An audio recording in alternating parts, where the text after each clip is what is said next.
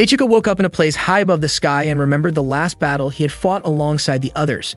He had kept striking at his enemy, but then he was hit by the enemy's sword. When he looked around, he saw Chifuyu standing in front of him. Ichika tried to greet her, but something strange happened. A dark aura suddenly surrounded Chifuyu and the space around her. Right after that, Charlotte appeared and grabbed Ichika by the neck, looking like she was about to end his life. Ichika struggled in pain against the choking, but before long his body weakened, and he lost consciousness. The next morning, Ichika woke up in his own room with Laura's foot pressed against his face. He could not figure out what Laura was doing. Laura smiled while spreading a blanket in front of him and explained that she was not undressed.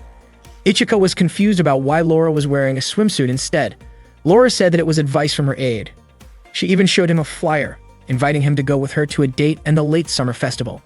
Coincidentally, the festival was a place Ichika had wanted to visit. At the festival, people could even rent yukata, and Laura was excited about the idea of wearing yukata together with him. Ichika said that he wanted to invite Laura along with the others, but Laura became upset and quickly left. Ichika could not understand why Laura was so angry.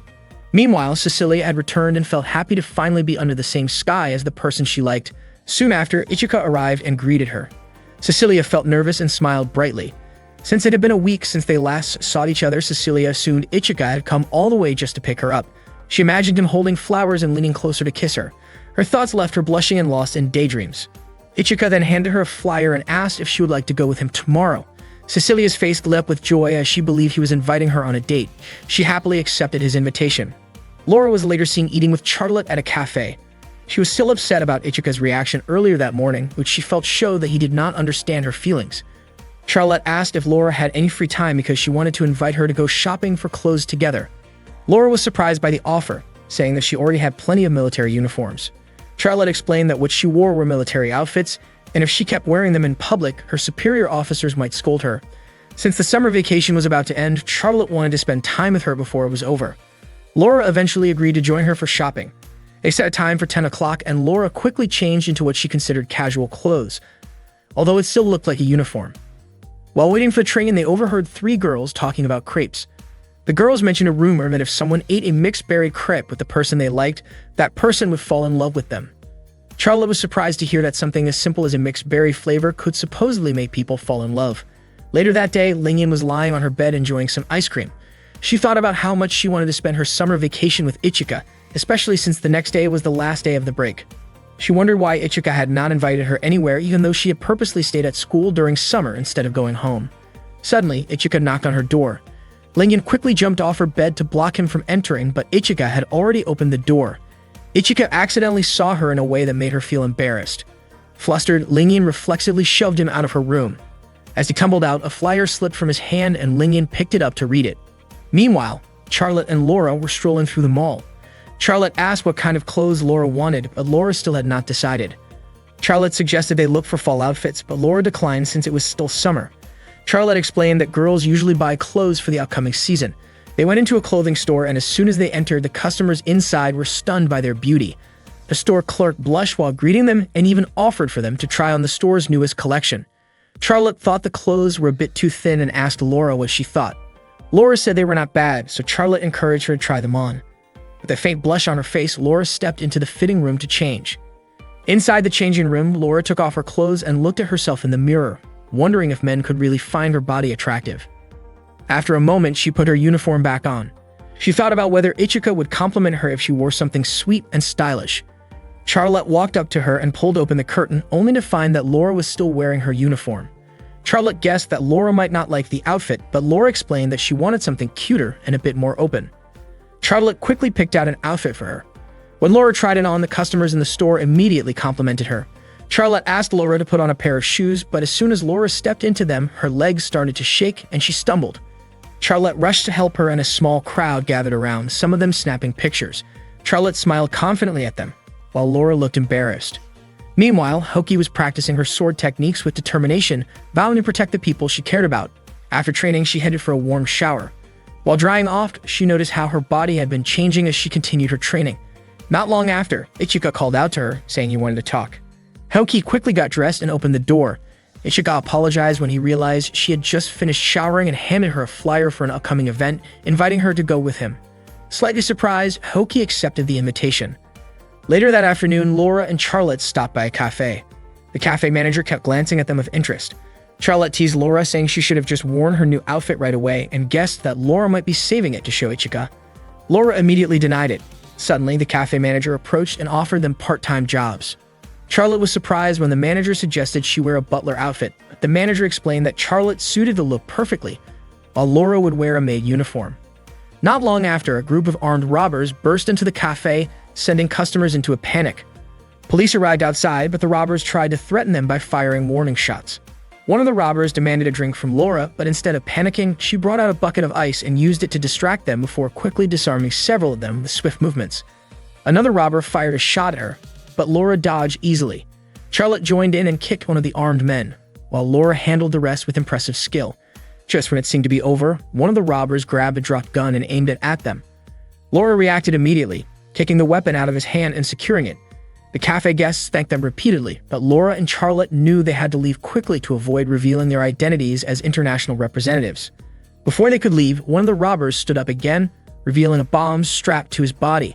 Acting fast, Laura and Charlotte aimed at the device's trigger mechanism, successfully disabling it and forcing the robber to surrender without harming anyone. Afterward, the two went to buy mixed berry crepes, but unfortunately that flavor was sold out. Instead, they ordered strawberry and blueberry crepes and enjoyed them by the lake. Charlotte mentioned that someday she hoped to share a mixed berry crepe with Ichika. Suddenly, Laura leaned closer to Charlotte's face, making Charlotte's heart race. Laura simply pointed out a bit of cream on Charlotte's cheek and licked it off before Charlotte could react. Charlotte blushed and gently scolded Laura, saying she could have just mentioned it. Laura smiled, asking Charlotte not to be upset, and even offered her a bite of her own crepe. Laura explained that the shop didn't actually make a special mixed berry flavor. It was simply a mix of strawberry and blueberry. She added that Charlotte had basically just tasted mixed berry anyway. Charlotte laughed, realizing that was probably why the special flavor always sold out, since couples believed sharing it would bring happiness. That evening in the dorms, Charlotte and Laura put on matching cat pajamas. Charlotte hugged Laura, saying she looked absolutely adorable, and asked her to try making a cat sound. Laura blushed and asked why she had to do something like that. Charlotte demonstrated with a playful meow, and Laura eventually followed along, her face still red. A moment later, Ichika arrived and complimented their unique pajamas, calling them both really cute. Hearing that made both Charlotte and Laura smile with happiness. Ichika then showed Charlotte a flyer for the upcoming festival. That night, an intruder was detected in Area 60. The intruder turned out to be a girl whose body had been enhanced with nanomachines. She swiftly overpowered the security forces who tried to stop her. Soon after, the Infinite Stratos unit confronted her. The girl activated her own Infinite Stratos system and launched an attack on the defense team in front of her. The next day, Hoki walked alone to meet Ichika, still surprised that he had invited her on what she thought would be a date. However, when she arrived at the meeting spot, she found Laura, Cecilia, Lingyan, and Charlotte already there. Ichika quickly ran over to greet all of them.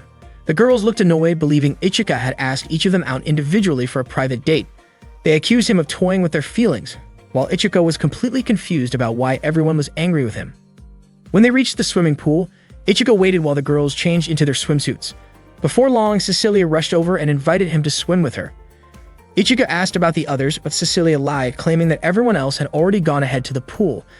At that time, Hoki and the others were still inflating the pool floats. Cecilia had actually bought the floats on purpose to delay them, giving herself time alone with Ichika. Once they realized her plan, Lingyan and the others were frustrated that Cecilia had tricked them. Ichika and Cecilia played in the water together while Ichika kept wondering why he couldn't see the others. At one point, Cecilia pretended to slip and pulled Ichika down with her so that Laura and Lingyan wouldn't spot them. Ichika was baffled by her actions. Charlotte felt relieved that she hadn't been caught earlier, but before long, Hani and the rest arrived and greeted Ichika. Hani commented on Cecilia's daring swimsuit, surprising the others with how bold Cecilia had been. Cecilia tried to deny it, but before the conversation could continue, a big wave swept over them. Ichika ended up at the edge of the pool, where Haoki and Charlotte found him and invited him to join them on the tandem water slide. Both Haoki and Charlotte wanted to ride with him, so they decided with a quick game of rock, paper, scissors. Charlotte won and got to ride with Ichika. A pool employee gave instructions, asking Charlotte to sit on Ichika's lap and telling Ichika to hold her tightly for safety. Both of them blushed in embarrassment. Ichika gently wrapped his arms around Charlotte's waist and apologized if it made her uncomfortable. Haoki watched with clear irritation. The staff member adjusted Ichika's hold on Charlotte before sending them down the slide. During the ride, Ichika instinctively held Charlotte tighter, accidentally brushing against her chest. After landing, Ichika immediately apologized, insisting it was an accident. Charlotte, though flustered, called him clumsy, her face bright red with embarrassment. Next, it was Haoki's turn to ride with Ichika. This time, Ichika suggested Haoki sit behind him because the water pressure was strong and it would be safer. Haoki quickly wrapped her arms around him from behind, but Ichika grew nervous when he felt her chest pressing lightly against his back. Haoki's face turned bright red and she instinctively tightened her hold. After they reached the bottom, Haoki stayed quiet until Ichika asked if something was wrong. She finally commented that she hadn't expected his back to feel so broad. Meanwhile, Maya and Shifuyu were also at the pool. Maya asked why Shifuyu wasn't spending time with Ichika. Shifuyu calmly explained that joining him would ruin her precious vacation. Shortly after, Shifuyu received an urgent phone call that seemed to require her immediate attention. Later that evening at the summer festival plaza, Ichika was captivated by the sight of the girls wearing colorful yukata. Together, they tried the traditional goldfish scooping game. Ichika attempted to catch one, but his paper scoop tore, letting the fish slip back into the water. Afterward, they strolled through the festival, buying snacks like takoyaki, cotton candy, and shaved ice. They also played a shooting game where the girls successfully won small stuffed animals. Haoki and Ichika decided not to try since neither of them was good at shooting. Laura severed sights on a giant plush toy but failed to win it. Determined to help the others line up to assist her, even Haoki joined in. They fired together in unison, and finally a huge prize was won. That night, while Maya and Shifuyu quietly gathered information about Infinite Stratos, Silent Zephyrus, Ichika and his friends enjoyed their last evening of summer by lighting sparklers and watching the fireworks together. That day, Ichika was having a sparring match with Lingyan. No matter how many times Lingyan tried to keep her distance, Ichika kept closing in to attack. He kept firing at her, easily predicting every move she was about to make. Lingyan refused to give up and swung her weapon to strike back, but Ichika blocked it effortlessly and sent her off balance. Without giving her a break, he continued to shoot. At the same time, Maya and Shifuyu were watching their match on a monitor. Maya commented on how fired up they both were for the first sparring session of the second semester. She thought Ichika seemed more skilled than Lingyan, but Shifuyu believed Ichika was only attacking recklessly without thinking. The battle moved into the air as Ichika and Lingyan exchanged powerful attacks. Unfortunately, Ichika's shield ran out of energy, and Lingyan seized the opportunity to strike. She threw her spear and fired at him. After the match, Ichika felt frustrated because victory had been so close. He realized he needed to work on managing his energy better. Suddenly, a girl covered his eyes from behind and playfully asked him to guess who she was. Ichika couldn't figure it out. Even after she revealed her face, he still didn't recognize her name. Before leaving, the girl reminded him to hurry to class so he wouldn't get scolded by Shifuyu. Ichika rushed to class, but still arrived late. When asked why, he explained that he had been talking to a girl he didn't know. Shifuyu scolded him, accusing him of prioritizing chatting with a girl over being on time. Ichika denied it, but Shifuyu immediately told Charlotte to deal with him. Charlotte activated her Infinite Stratos and sent a few light attacks his way as a playful punishment. Later that day, Ichika attended a school assembly where the student council president was scheduled to give a speech. To his surprise, the girl he met that morning turned out to be the president. She introduced herself to the new students as Tatanashi, explaining that she had been too busy earlier in the year to greet them properly. Ichika was stunned by the coincidence, and Thabana gave him a mischievous smile. As part of the upcoming school festival, Tatanashi encouraged each class to decide on an activity together. After the assembly, Class 1-1 gathered to discuss ideas. Some of the more playful suggestions included a guest welcoming club, a Pocky game, a Twister challenge, or a King's game, all involving Ichika. He immediately rejected those ideas, thinking nobody would actually want to do them. But to his shock, the girls were excited about them, joking that Ichika belonged to all of them, and that his job was to entertain the group. Ichika asked Maya to reject those kinds of ideas, but Maya surprised him by supporting the Pocky game suggestion. Wanting something more normal, Ichika was relieved when Laura proposed a maid cafe instead. She pointed out that a maid cafe could even help cover their expenses. Charlotte agreed with the idea and teased Ichika, wondering if he would be a server or the cook. The class eventually decided on the maid cafe, and everyone agreed Ichika should be one of the servers. By 4 p.m., Ichika headed off to his training session. On his way, Tatanashi called out to him. Because of an urgent situation, she had been assigned as Ichika's new Infinite Stratos trainer. Ichika was surprised, wondering why a sudden change was needed when there were already plenty of trainers. Tatanashi calmly explained that Ichika was still too weak and that she intended to make him stronger. Ichika protested, but Tatanashi insisted and even called him very weak, which only made him more determined to prove her wrong. He challenged her to a match, agreeing that if he lost, he would follow any instructions she gave. Tatanashi accepted with a confident smile. They met in the dojo for their duel. Tanahashi explained the rules. If Ichika managed to knock her down even once, he would win, but if he couldn't continue the fight, she would be the victor. Ichika warned her not to underestimate him, while Tanahashi confidently declared she would win. The match began and Tanahashi invited him to attack however he liked. Ichika charged forward, but she effortlessly threw him to the ground. He tried again and again, only to be defeated each time. It became clear that the role of student council president carried more than just a title. Tanahashi was truly one of the strongest fighters in the school. Despite repeated failures, Ichika refused to give up, earning Tanahashi's admiration for his persistence. In one attempt, he grabbed her by the shirt to gain leverage, but in the scramble, he accidentally tugged it loose. Shocked and flustered, he quickly let go and apologized. Tanahashi teased him, joking that he owed her for catching a glimpse of something he shouldn't have seen. Before Ichika could react, she delivered a playful but firm punch, ending the match with her clear victory. That afternoon, Laura walked around looking for Ichika.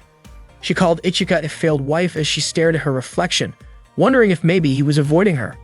While she was thinking about it, Laura noticed Eriko laughing with one of her friends. Eriko's friend pointed out that the back of her hair looked messy, which surprised Eriko. She admitted that she had woken up late and didn't have time to fix it.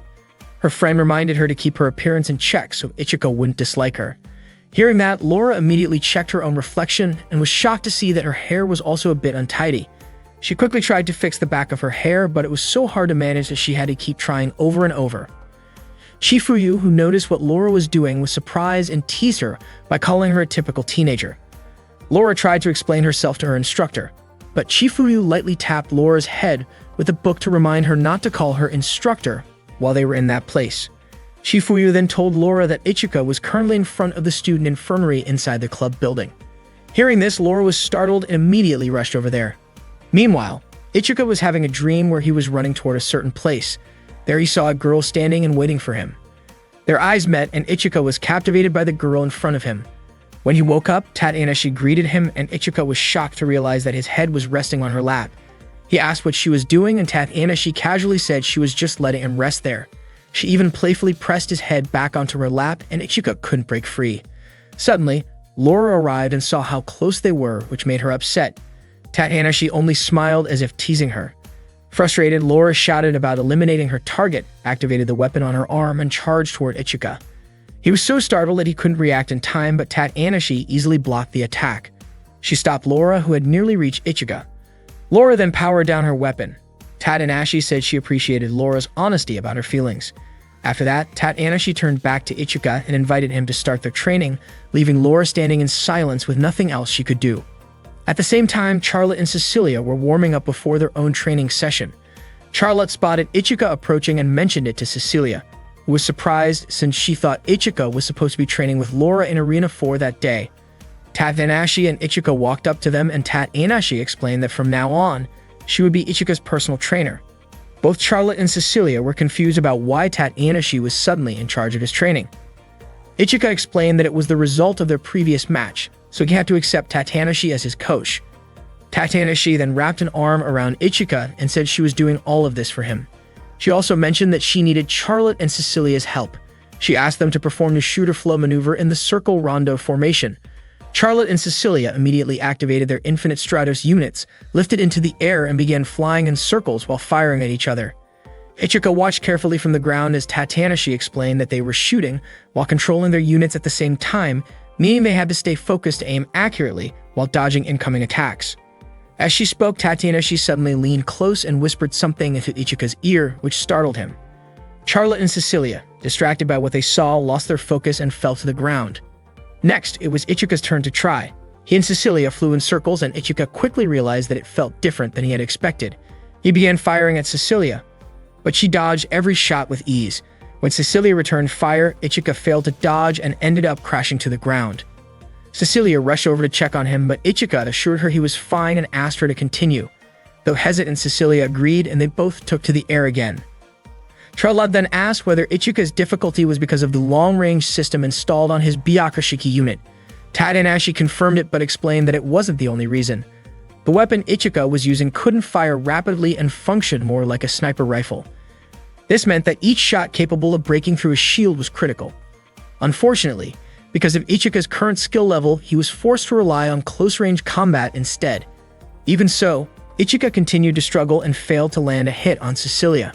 After finishing his training, Ichika went straight to his room to rest, but he was shocked when he found Tatanashi waiting for him inside wearing a revealing outfit.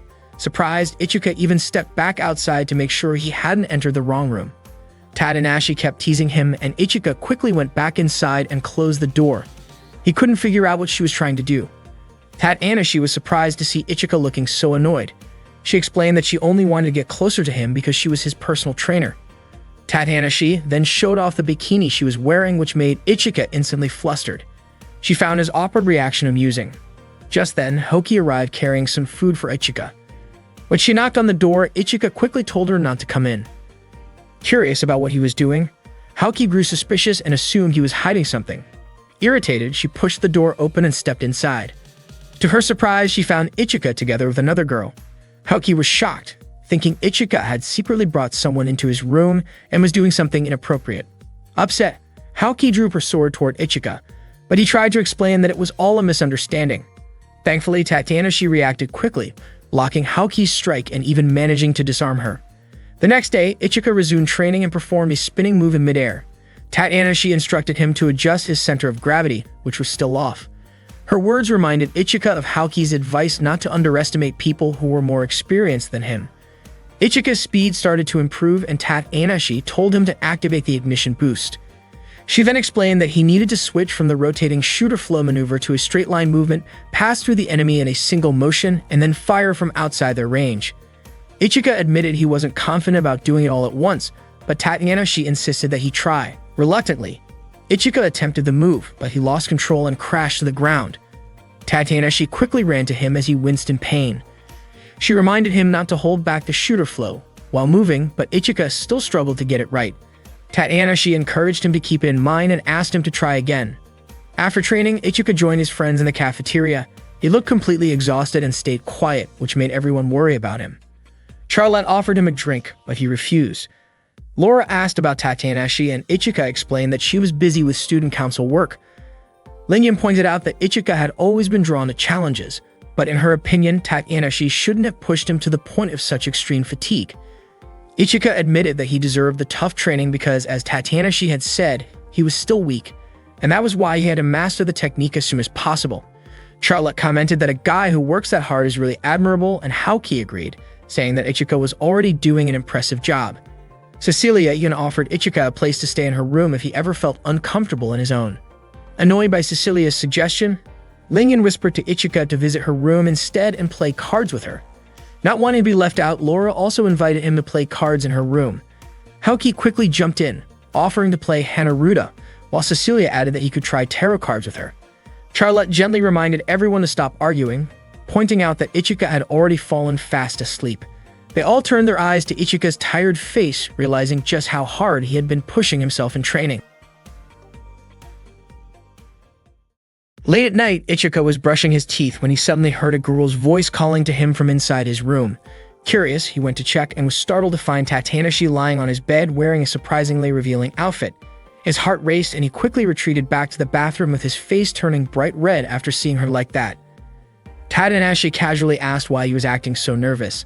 Flustered, Ichika shouted from behind the door, asking her to dress properly. Tatanashi insisted that her outfit was perfectly fine, but Ichika begged her to at least put on some pants. When she tried to open the bathroom door, Ichika held it shut, refusing to let her in.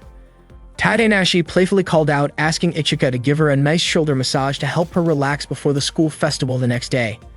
Ichika hesitated, worried that the situation might become awkward if he agreed. Tatanashi teased that she might have to force the door open if he kept hiding. Still, Ichika refused to unlock it. Eventually, Tatanashi used a small gadget from her equipment to break the lock. The door swung open, surprising Ichika so much that he stumbled backward. Tatanashi lost her balance as well and accidentally landed on top of him. Laughing it off, she reminded him again about the massage. With no way to escape the situation, Ichika reluctantly gave in and helped her loosen her stiff shoulders, keeping the interaction as polite as possible. The next morning, the long-awaited school festival finally began. Charlotte wore a classic maid outfit and greeted visitors with a warm smile, while Ichika dressed as a butler and helped guide guests into the maid cafe.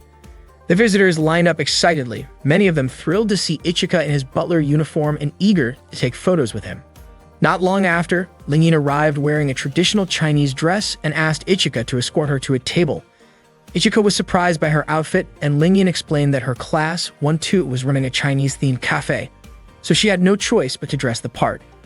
Ichika complimented her hairstyle, saying it looked different from usual and suited her perfectly. Lingyan blushed at the compliment but tried to hide her reaction, urging him to hurry and show her to her seat.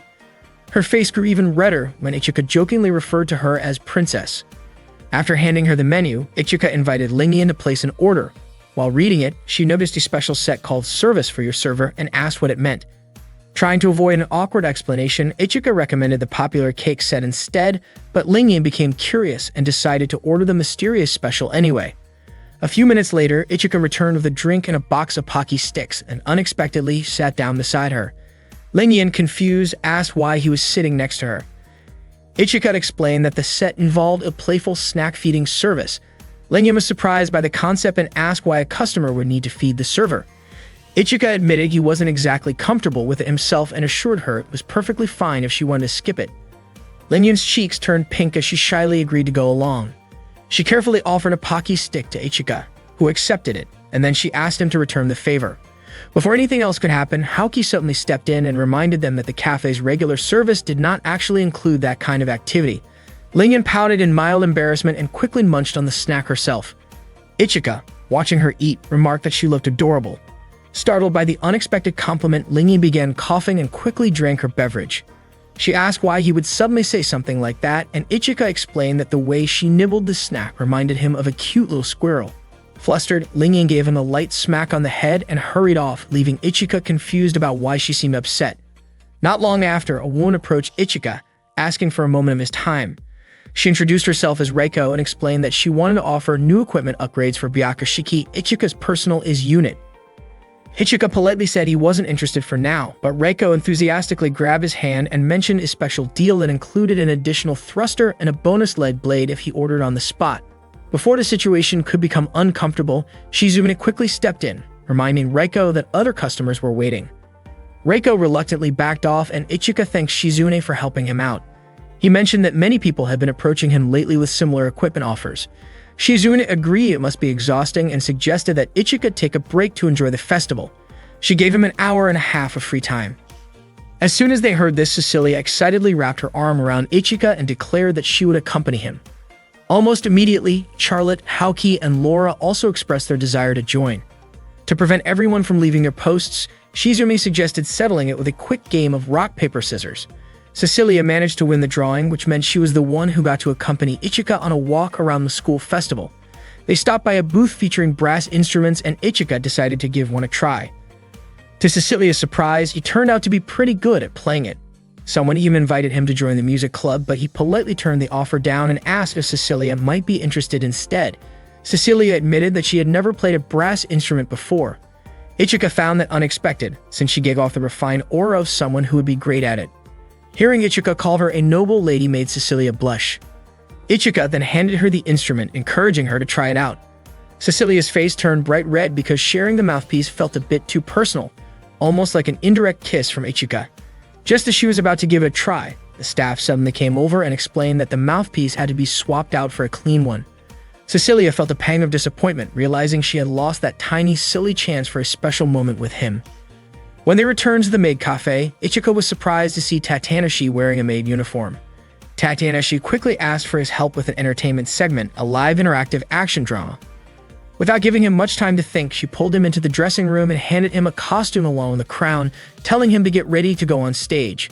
Ichika protested that he hadn't read the script at all, but Tatanashi assured him that he didn't need to worry because he could just improvise, and she would guide him as needed.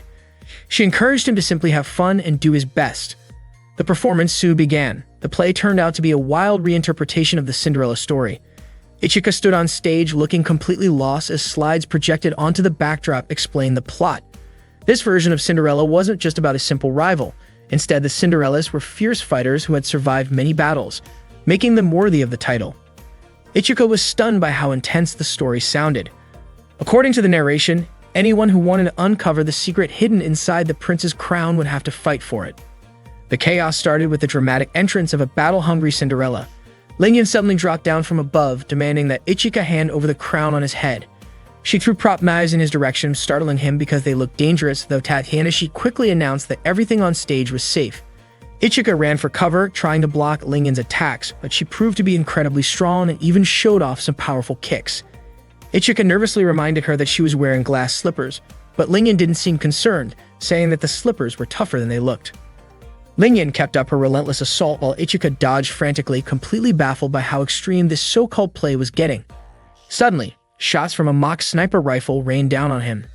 Ichika sprinted across the stage to avoid the fire, confused about what was happening. Above him, Cecilia had taken position as a sharpshooter. Tanahashi, acting as the narrator, revealed to all the girls that whoever managed to claim the crown from Ichika would earn the special reward of sharing a room with him. Charlotte hesitated, questioning whether something like that was even allowed, but Tanahashi used her authority as student council president to declare it an official rule of the game. Cecilia grew confident that she could win, taking careful aim at Ichika with her rifle. Luckily, her shot missed. A moment later, Charlotte waved at Ichika and rushed to his aid. Using her bow and arrows, she fired at Cecilia to create an opening. Ichika was surprised by Charlotte's support. She urged him to keep running because the other girls were closing in. Before Ichika left, Charlotte asked him to hand over the crown for safekeeping. Ichika agreed, but just as he reached up to remove it, Tanahashi dramatically announced that for a prince, the crown represented the kingdom itself. If the prince dared to give up the crown, which contained important data, he would face a penalty. Right on cue, Ichika was jolted by a harmless electric shock. Tanahashi then questioned how much loyalty the prince truly had to his kingdom. Ichika finally understood the twist of the performance and apologized to Charlotte for not being able to give her the crown. Soon after, Cecilia and Lingen caught up with him and launched a combined attack using their stage weapons. Ichika raised a glass-like shield to protect himself while holding Charlotte close. Cecilia and Lingen were clearly unhappy with their closeness and continued their playful assault until the shield finally shattered, causing Charlotte to fall. When Charlotte regained consciousness, Ichika was nowhere to be seen. At that time, Ichika woke up in a dark and cramped place, completely unsure of where he was. As he tried to reach out for something to steady himself, his hand accidentally rested on something soft. To his surprise, he realized he was underneath Charlotte. Startled by the unexpected touch, Charlotte quickly woke up as well. She never imagined Ichika would end up beneath her skirt like that. Not long after, bullets were suddenly fired in Ichika's direction. Realizing the danger, he immediately ran off, leaving Charlotte behind. He climbed a tall staircase, and when he finally reached the top, he found Laura waiting for him, ready to take the crown he was wearing. Laura attacked Ichika with her twin knives, and he admitted that the situation was incredibly dangerous for him. Laura demanded that he hand over the crown if he truly considered himself her husband. At that moment, Tanahashi started to feel bored with the whole scene and launched an aerial strike toward Ichika. Without hesitation, he leaped forward to shield Laura, carrying her away from the tower as they escaped by swinging on a rope. Laura was deeply moved by Ichika's willingness to risk himself for her. After making sure she was safe, Ichika quickly left the area. He hid behind a wall, but before long, Haoki called out to him and urged him to climb up another tower, where she said it would be safer. As they made their way up the stairs, Haoki warned him not to look up. A sudden strong gust of wind blew, causing her dress to flutter open. Ichika accidentally glanced upward, and Haoki, flustered and annoyed, gave him a sharp kick. When they finally reached the top, Haoki asked Ichika to hand over the crown. He was shocked to realize that Haoki too was after it, just like the others. Tanahashi was not about to let them go so easily and sent a massive boulder rolling in their direction. Ichika and Haoki grabbed each other's hands and ran for their lives, dodging the dangerous obstacle. Relieved to have escaped, Ichika barely had a moment to breathe when Haoki demanded he remove his hand from her chest, which he hadn't even realized was there in the panic. Confused, Ichika wondered why everyone was so determined to claim the crown. Haoki began to explain, but before she could finish, Laura suddenly appeared and attacked. Haoki quickly blocked Laura's knives with her sword. Ichika tried to stop them, but the two refused to back down, each determined to defeat the other. Their intense clash caused their dresses to tear slightly, which left Ichika startled and both girls embarrassed. Haoki, feeling flustered, turned her frustration toward Ichika and raised her sword, but Laura deflected it, unwilling to let him be harmed. Suddenly, the gates burst open, revealing that Tanahashi had intentionally unlocked them so the other girls could join the competition for Ichika's crown. One after another, the girls charged forward, calling out to Ichika and inviting him to live happily with them. Seeing the overwhelming crowd, Ichika bolted to save himself. While he was running, a hand suddenly grabbed him and pulled him into an underground chamber. It was Reiko, who had seized the chance to confront him. She intended to take Byakushiki from Ichika and immediately kicked him down to gain the upper hand. Surprised, Ichika demanded to know who she really was. Reiko revealed that she was the mysterious beauty who had disguised herself as a company sales representative. Without wasting any time, she revealed her true form. Feeling threatened, Ichika activated Byakushiki. Reiko, who had been waiting for this moment, prepared herself as the two of them stood ready for battle. Ichika activated Byakushiki to face Reiko, who immediately launched her attack. Ichika managed to dodge it, which made Reiko admit that he was more skilled than she had expected. Ichika already knew that Reiko came from the Mitsurugi family, but he was surprised that she used the last name Makigami. Reiko explained that she had to use the Makigami name out of necessity. Without warning, Reiko set off an explosion in the area and activated her Infinite Stratos, Araction, a spider-shaped unit equipped with deadly poison. She kept firing at Ichika while laughing, and with the many arms and legs of her unit, her attacks overwhelmed him. Ichika could not understand why Reiko was attacking. Reiko responded by asking if Ichika still had no idea about the situation. She then toppled a nearby locker toward him, but Ichika quickly aimed his weapon, forcing Reiko to dodge and cling to the wall. Still laughing, Reiko revealed that she belonged to a dangerous organization. She asked if Ichika had ever heard of Lady Autumn from the secret group known as Phantom Task. Ichika had no idea what she was talking about. Reiko said that if he truly did not know, then she would tell him everything before finishing him off. She kept firing, but Ichika skillfully avoided the shots. He leaped upward and brought his weapon down from above, but Reiko easily predicted his move and blocked the strike. Ichika attacked again, but Reiko countered every attempt. With her many limbs and strong armor, defeating her seemed nearly impossible. Ichika dove beneath her and swung his sword upward, finally landing a hit. He tried to press the advantage, but Reiko struck back and cornered him, unleashing a barrage of shots that drained his shield energy. Ichika quickly broke free and attacked again, earning more praise from Reiko, who continued her relentless assault. At that moment, Maya saw on the monitor that an unknown Infinite Stratos was fighting Ichika inside the changing room and immediately reported it to Chifuyu. Chifuyu had suspected that enemies might appear during the school festival, but had not expected only one to show up. She instructed Maya to keep monitoring for enemy reinforcements and ordered the students to begin evacuation. Meanwhile, Cecilia and the others were searching for Ichika. Laura blamed her teammates for interfering with matters involving him. Cecilia criticized Charlotte for trying to protect Ichika. Suddenly, an emergency announcement informed all students that an unidentified Infinite Stratos was battling Ichika in the changing room. Everyone was shocked by the news. Maya called for all students with their own Infinite Stratos units to activate and deploy. The girls immediately powered up their units. Chifuyu ordered Cecilia and Lingyan to patrol the school perimeter while instructing Charlotte, Laura, and Haoki to assist Ichika in the changing room. They rushed to the scene without hesitation. Inside, Reiko continued firing at Ichika. He realized that his dodging movements matched the training he had practiced before and remembered the lessons Tat Anashi had taught him. He immediately put those techniques into action. Reiko kept shooting until she eventually ran out of ammunition. Seizing the chance, Ichika used his ignition boost, but Reiko quickly ensnared him in her spider webs. Bound tightly, Ichika struggled as Reiko toyed with him like it was a game. Reiko attached a device to Ichika, intending to take control of Byakushiki. Ichika cried out in pain as she revealed that Phantom Task was the organization responsible for kidnapping him during the second Mondo Grosso. She mockingly called their encounter a touching reunion. Memories of his past abduction and Chifuyu rescuing him flashed through Ichika's mind. He tried to break free but was powerless. Reiko declared that once she eliminated him, her mission would be complete. Suddenly, Takanashi appeared and warned that if Reiko harmed Ichika, it would become her problem because Ichika was someone she deeply cared about. Reiko was shocked that Takanashi had entered despite the area being locked down. Takanashi calmly explained that there was a reason she had become the student council president. Frustrated, Reiko attacked, and to Ichika's horror, she managed to overpower Takanashi. Elsewhere, Cecilia and Lingyan were patrolling when they detected a high-speed Infinite Stratos heading their way. Chifuyu instructed them to stay alert and not let it escape their watch. Moments later, the fast-moving unit approached. Cecilia was stunned to see that it was Blue Tear's Q known as Silent Zephyrus. Lingyan immediately opened fire and called for Charlotte to join in. After a moment of hesitation, Charlotte began shooting as well, but Silent Zephyrus easily deflected their attacks. Lingyan was surprised at how effortlessly Silent Zephyrus blocked their strikes. Cecilia fired 2 powerful cannon blasts, but Silent Zephyrus destroyed them with its flexible Blue Tear's weaponry. Cecilia was shocked, knowing that she was supposed to have the highest compatibility with the Blue Tear's system. Silent Zephyrus then unleashed a rain of attacks before flying straight toward the Infinite Stratos Academy. Meanwhile, the wounded Tatsunashi showed no reaction at all, and to everyone's surprise, she suddenly turned into water. Reiko did not expect that to happen. The real Tatsunashi appeared and revealed that the one earlier was only a decoy.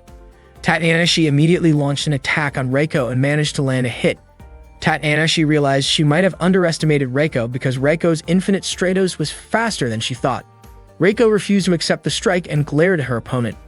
Tatsunashi calmly introduced herself and explained that her infinite Stratos was called Mysterious Lady. Reiko grew even more irritated and fired a powerful shot intending to defeat her. However, Tatsunashi easily blocked the attack with her shield made of water. Reiko, frustrated that her long-range attacks were useless, rushed in to fight at close range. Tatsunashi warned her that such attacks would never break through her water defenses. Reiko suspected that the water Tatsunashi controlled was not ordinary, and Tatsunashi admitted Reiko's observation was correct. The water was in fact enhanced with nanomachines powered by infinite Stratos energy. Tatsunashi then asked if Reiko knew that the student council president at the Infinite Stratos Academy was considered the strongest. Reiko did not care and immediately went on the offensive again, managing to corner Tatsunashi. Reiko laughed at her and unleashed a relentless series of strikes while Ichika watched with deep concern for Tatsunashi's safety. Emerging from the smoke of an explosion, Tatsunashi told Ichika to lead the fight to her. Annoyed, Reiko demanded that Tatsunashi stop acting so confident. Reiko quickly grabbed Tatsunashi, threw her aside, and trapped her with her spiderweb threads, preparing a finishing attack. Tatsunashi only smiled and asked if Reiko could feel how warm the room had become. Reiko was confused by the question. Tatsunashi clarified that she was not talking about temperature alone, but about the stifling humidity. Mist could slip inside armor and affect the pilot. Realizing too late what had happened, Reiko began to panic. Tatsunashi enjoyed the look on Reiko's face when she finally understood that her plan had failed. With a simple snap of her fingers, Tatsunashi defeated Reiko. Tatsunashi explained that Mysterious Lady, also known as the Lady of Mist, could control water through nanomachines that radiated energy. Reiko's strength faded, yet she still refused to accept defeat. Tatsunashi declared the battle over and gave Ichika the signal to unleash his full-power Yukira Nagata attack. Ichika swung his sword toward Reiko and pushed her back. Reiko quickly retreated, but Tatsunashi urged Ichika to chase her. Outside, Ichika tried to strike again, but suddenly Silent Zephyrus, another Infinite Stratos unit, intercepted him. Shocked to see a new opponent, Ichika immediately pursued for a fight. Tatsunashi shouted for him to stop, but Ichika confronted the mysterious pilot and demanded to know their identity. Silent Zephyrus unleashed a rapid barrage of attacks that sent Ichika crashing down. Meanwhile, Maya and Shifuyu monitored the battle from their control room. Shifuyu was surprised that the enemy possessed such an advanced Infinite Stratos. As Reiko attempted to escape, Charlotte, Laura, and Haoki blocked her path to prevent her from fleeing. Ichika continued to hold his ground against Silent Zephyrus, but was stunned by the sheer power of the machine. His shield energy dropped dangerously low until it was nearly depleted, causing him to crash into a tower. Silent Zephyrus then launched a shot to stop Laura's attack on Reiko, frustrating Laura, who shouted in anger. Silent Zephyrus mocked the weakness of Germany's cutting-edge technology, surprising Laura with their knowledge. Shortly after, Squall contacted Silent Zephyrus, ordering a retreat. Silent Zephyrus called Reiko back, pointing out that they were outnumbered. Before leaving, Silent Zephyrus pulled Reiko out of her Infinite Stratos and planted an explosive inside the Iraqian unit. The Iraqian began moving toward Laura and the others. Ichika warned everyone to get back, but there was no time to escape before the explosion went off. When Ichika regained consciousness, he found himself and the others floating inside a protective sphere of water controlled by Tatsunashi. Ichika asked where their enemies had gone. Tatsunashi explained that they had escaped, leaving behind only destroyed armor and weapons. Ichika then awkwardly asked Tatsunashi to release him because her body was leaning against his in the water, making it hard for him to move. Tatsunashi teased him, calling him clumsy for getting stuck like that. Ichika quickly explained that it was an accident, which only made Tatsunashi laugh more. With a playful smile, she remarked that he always had excuses. Feeling embarrassed, Ichika admitted that being pressed against her armor felt surprisingly soft. Tatsunashi simply grinned and teased him again, enjoying his flustered reaction. Meanwhile, Maya and Shifuyu were busy identifying the two Infinite Stratos units that had attacked them. The one that was destroyed turned out to be a Iraqian, while the second was Blue Tears U, a new model called Silent Zephyrus that had just been stolen from England. Both enemies claimed to be members of Phantom Task, and it seemed that their next target was Byakushiki. Maya commented that there was still a lot they did not know about Byakushiki. It was revealed that Chifuyu had been the one who ordered Tatanashi to stay close to Ichika. Maya suspected that Chifuyu was deeply worried about Ichika and believed Chifuyu should have been the one to protect him directly, but Chifuyu denied it and said that it was Tatanashi's responsibility. At the same time, Reiko scolded M, the pilot of the Silent Zephyrus, because she disliked the fact that M had stepped in to help her. Reiko grew upset and moved as if she might attack M, but Squall arrived in time to stop them. Squall calmly asked Reiko to let go of her anger. After that, M walked away, thinking that everything that had just happened was completely ridiculous. Squall then instructed M to run a full check on the Silent Zephyrus since the unit still needed fine-tuning, and left to carry out the order, retreating to her room. Alone, she quietly muttered that she would soon take her revenge. She expressed a strong desire to see Chifuyu again and even kept a photo of Chifuyu inside a locket she wore around her neck.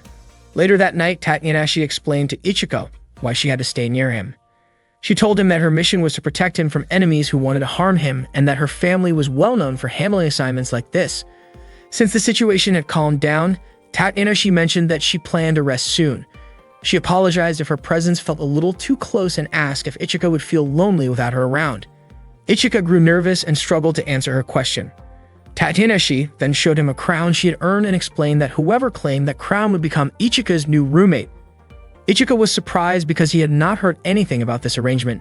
Tatanashi smiled and said that she had already informed the other girls about it. Ichika wondered what she was really planning, but Tatanashi simply said it did not matter because what truly counted was that she had won the crown, which gave her the right to share a room with him.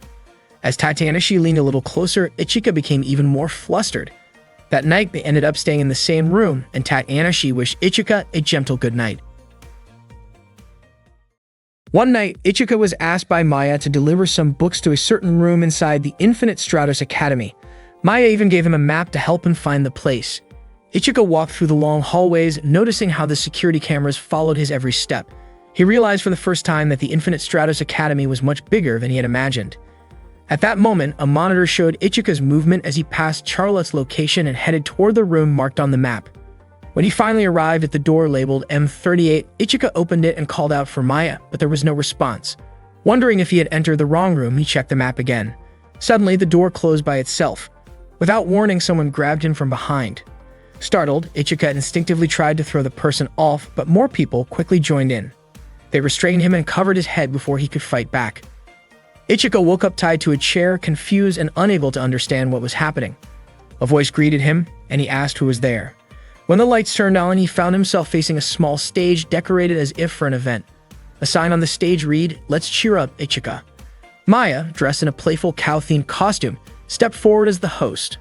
She announced that the only rule of the event was simple. Whoever could entertain Ichika the most would be the winner. Maya then opened the event with a cheerful smile, while Ichika struggled against the ropes and asked what was going on. With a slightly embarrassed expression, Maya explained that this was a secret surprise activity. The first contestant to be introduced was Haoki. The stage lights changed to reveal a peaceful countryside background with a traditional Japanese house.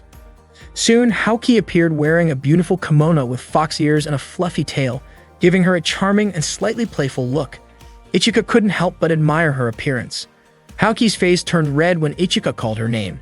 She asked him not to stare too much and invited him to come up on stage so she could serve him tea as part of her performance. Ichika sat across from Haoki, carefully observing the details of her fox-themed outfit. Curious, he asked about her costume, and Haoki explained that it was meant to represent a fox warrior.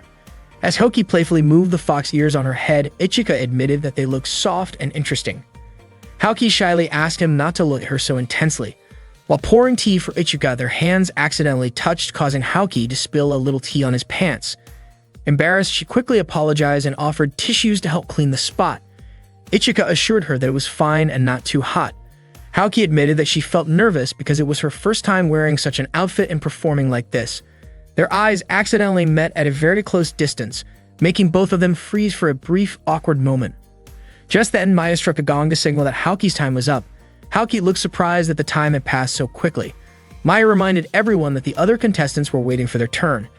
Haoki apologized again for the spill, while Ichika reassured her with a kind smile and said the tea was delicious. Before stepping off the stage, Haoki allowed Ichika to lightly touch the soft fox ears, which made her blush but also smile. The room went dark again and Ichika could hear some movement and excited whispers. When the lights came back on, Cecilia appeared, this time wearing a stylish bunny-themed outfit with a billiards table set up beside her. With a confident smile, Cecilia announced that she wanted to give Ichika a first-class performance. Ichika, still puzzled, asked what was really happening, but Cecilia simply said it was a secret. Cecilia invited Ichika to play billiards with her. When Ichika admitted he had never played before, she kindly offered to teach him. After setting up the balls, Cecilia demonstrated how to hold the cue stick and aim at the target ball. Her movements were smooth and precise as she explained the rules, telling Ichika to start by hitting the balls in order from the lowest number. One by one, Cecilia skillfully sank the balls into the pockets, impressing Ichika with her talent. Meanwhile, Haoki looked bored as she watched how close they were getting. It was Ichika's turn to shoot the ball into the pocket, but he hesitated when he was about to take the shot. Cecilia stepped closer and wrapped her arms around him from behind. Her face turned red as she gently told him not to be so tense. She held his hands to help guide his aim, leaning close against his back. Ichika trembled a little and asked Cecilia not to stand so close. Cecilia softly whispered that he needed to stay focused. Of course, it was hard for Ichika to concentrate with Cecilia hugging him that tightly. Seeing this, Haoki grew annoyed and said Cecilia was going too far. Ichika finally took the shot and managed to sink the ball into the pocket. Both Ichika and Cecilia were thrilled, and just then Maya struck the gong to signal that the time was up. Cecilia held onto Ichika's arm and praised his skill. Ichika replied that it was all thanks to Cecilia for teaching him, and even said they should play billiards again sometime. Cecilia's face lit up with excitement when she heard that. Suddenly, the lights went out and then flickered back on. Ichika realized it was the elevator, and the third participant was Charlotte. She arrived wearing a striking costume that caught everyone's attention. Charlotte greeted Ichika and asked if he was having fun. Ichika was surprised to see her there and asked about the outfit she was wearing. Charlotte explained that it was a French poodle costume. She playfully moved the poodle ears and even showed off the fluffy tail. Ichika was taken aback by the sight. Meanwhile, Cecilia brought a heart-shaped cake for Ichika, and both Haoki and Cecilia watched silently from the side. The cake looked delicious and made Ichika feel hungry. Charlotte offered to feed Ichika a piece of cake and asked him to close his eyes and open his mouth. When Ichika did as she said, Charlotte took a small bite first and then held the cake out for him. Her blushing face slowly moved closer to his. Haoki and Cecilia let out startled cries, which made Ichika open his eyes in shock. He found Charlotte's face right in front of his. Startled, the cake slipped and accidentally landed on Charlotte's chest. Both of them froze, embarrassed by the awkward situation, while Haoki and Cecilia were equally surprised. Charlotte, flustered, shyly asked if Ichika still wanted the piece of cake. Ichika, completely caught off guard, didn't know how to respond. Just then, Maya blew her whistle and called it a violation for crossing the event's boundaries, resulting in Charlotte's disqualification.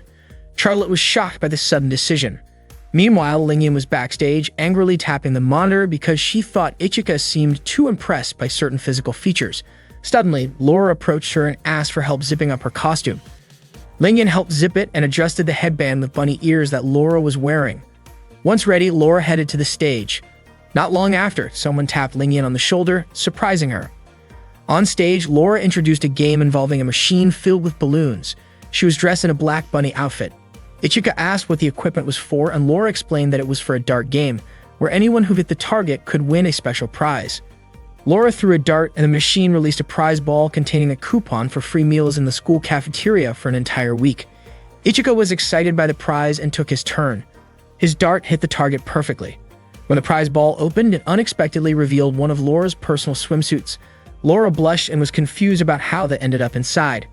Maya explained that due to budget issues, some of the prizes were actually Laura's own belongings. Laura turned bright red but said Ichika could keep it if he really wanted. Before anything else could happen, the lights went out again even though it wasn't scheduled.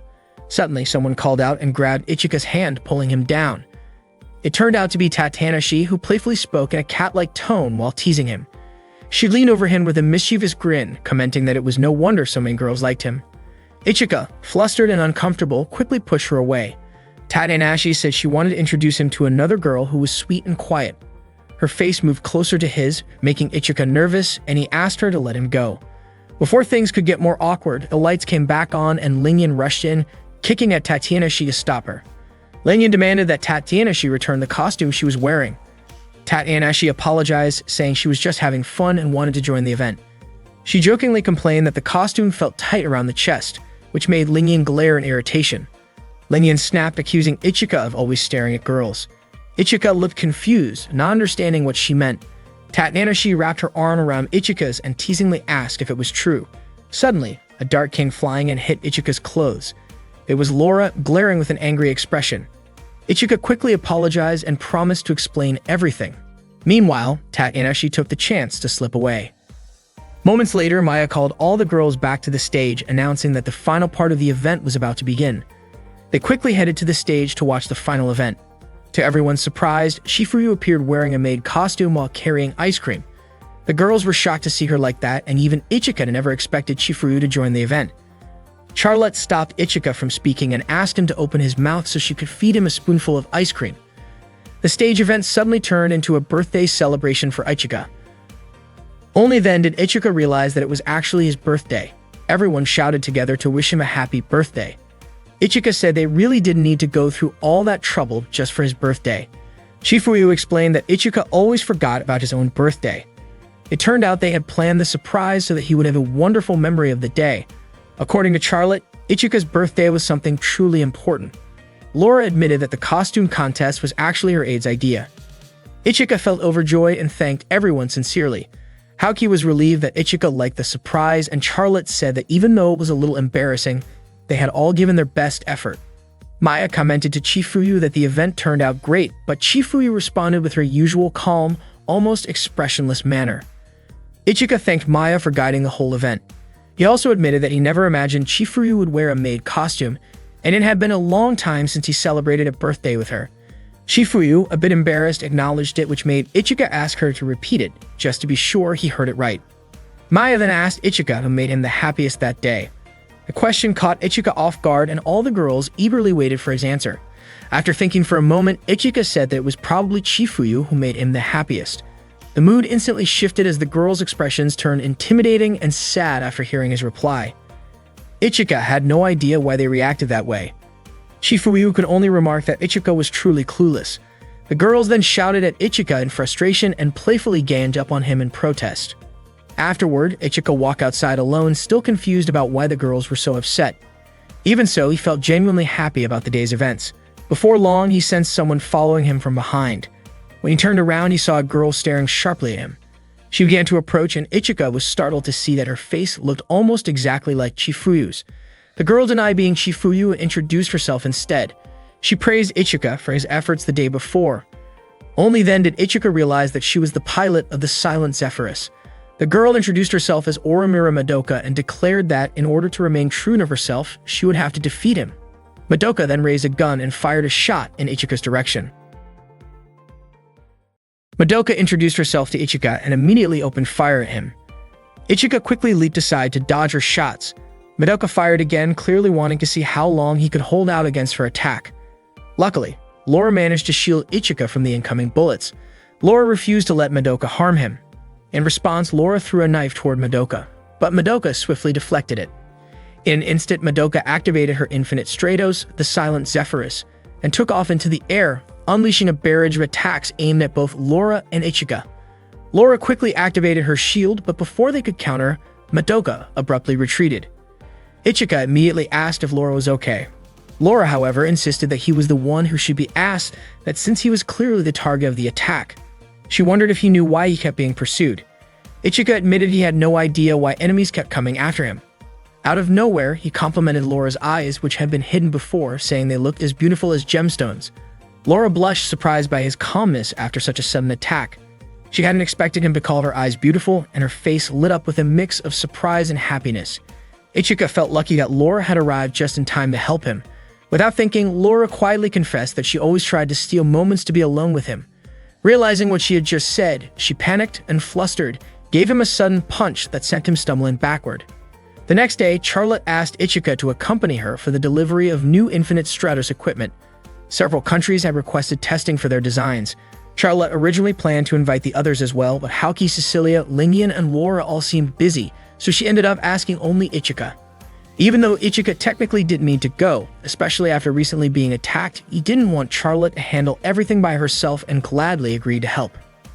During the transport, a fire suddenly broke out on the ship. Security officers immediately rushed toward the source of the flames. Ichika was about to check it out, but Charlotte stopped him. Out of nowhere, the delivery truck arrived carrying 2 Infinite Stratos units. Ichika quickly noticed that neither of these suits carried any identification codes or country markings. Realizing the threat, he urged Charlotte to team up with him to confront the unknown pilots. As soon as Ichika and Charlotte took to the air, the 2 unmarked Infinite Stratos units opened fire on them. Charlotte tried to persuade them to surrender, but they refused and kept attacking. Ichika soon joined the fight, swinging his sword at their enemies. The enemy fire was relentless and fast, forcing Charlotte to push herself to dodge the constant barrage. She admitted that their opponents were stronger than expected. Meanwhile, Ichika worked to evade close-range attacks as one of the enemy units pulled back and launched a long-range strike at him. Before long, Charlotte successfully knocked one opponent back, sending it crashing down. She then turned to see Ichika still locked in combat with the other enemy. Ichika managed to bring the opponent down and capture it, urging the pilot to surrender.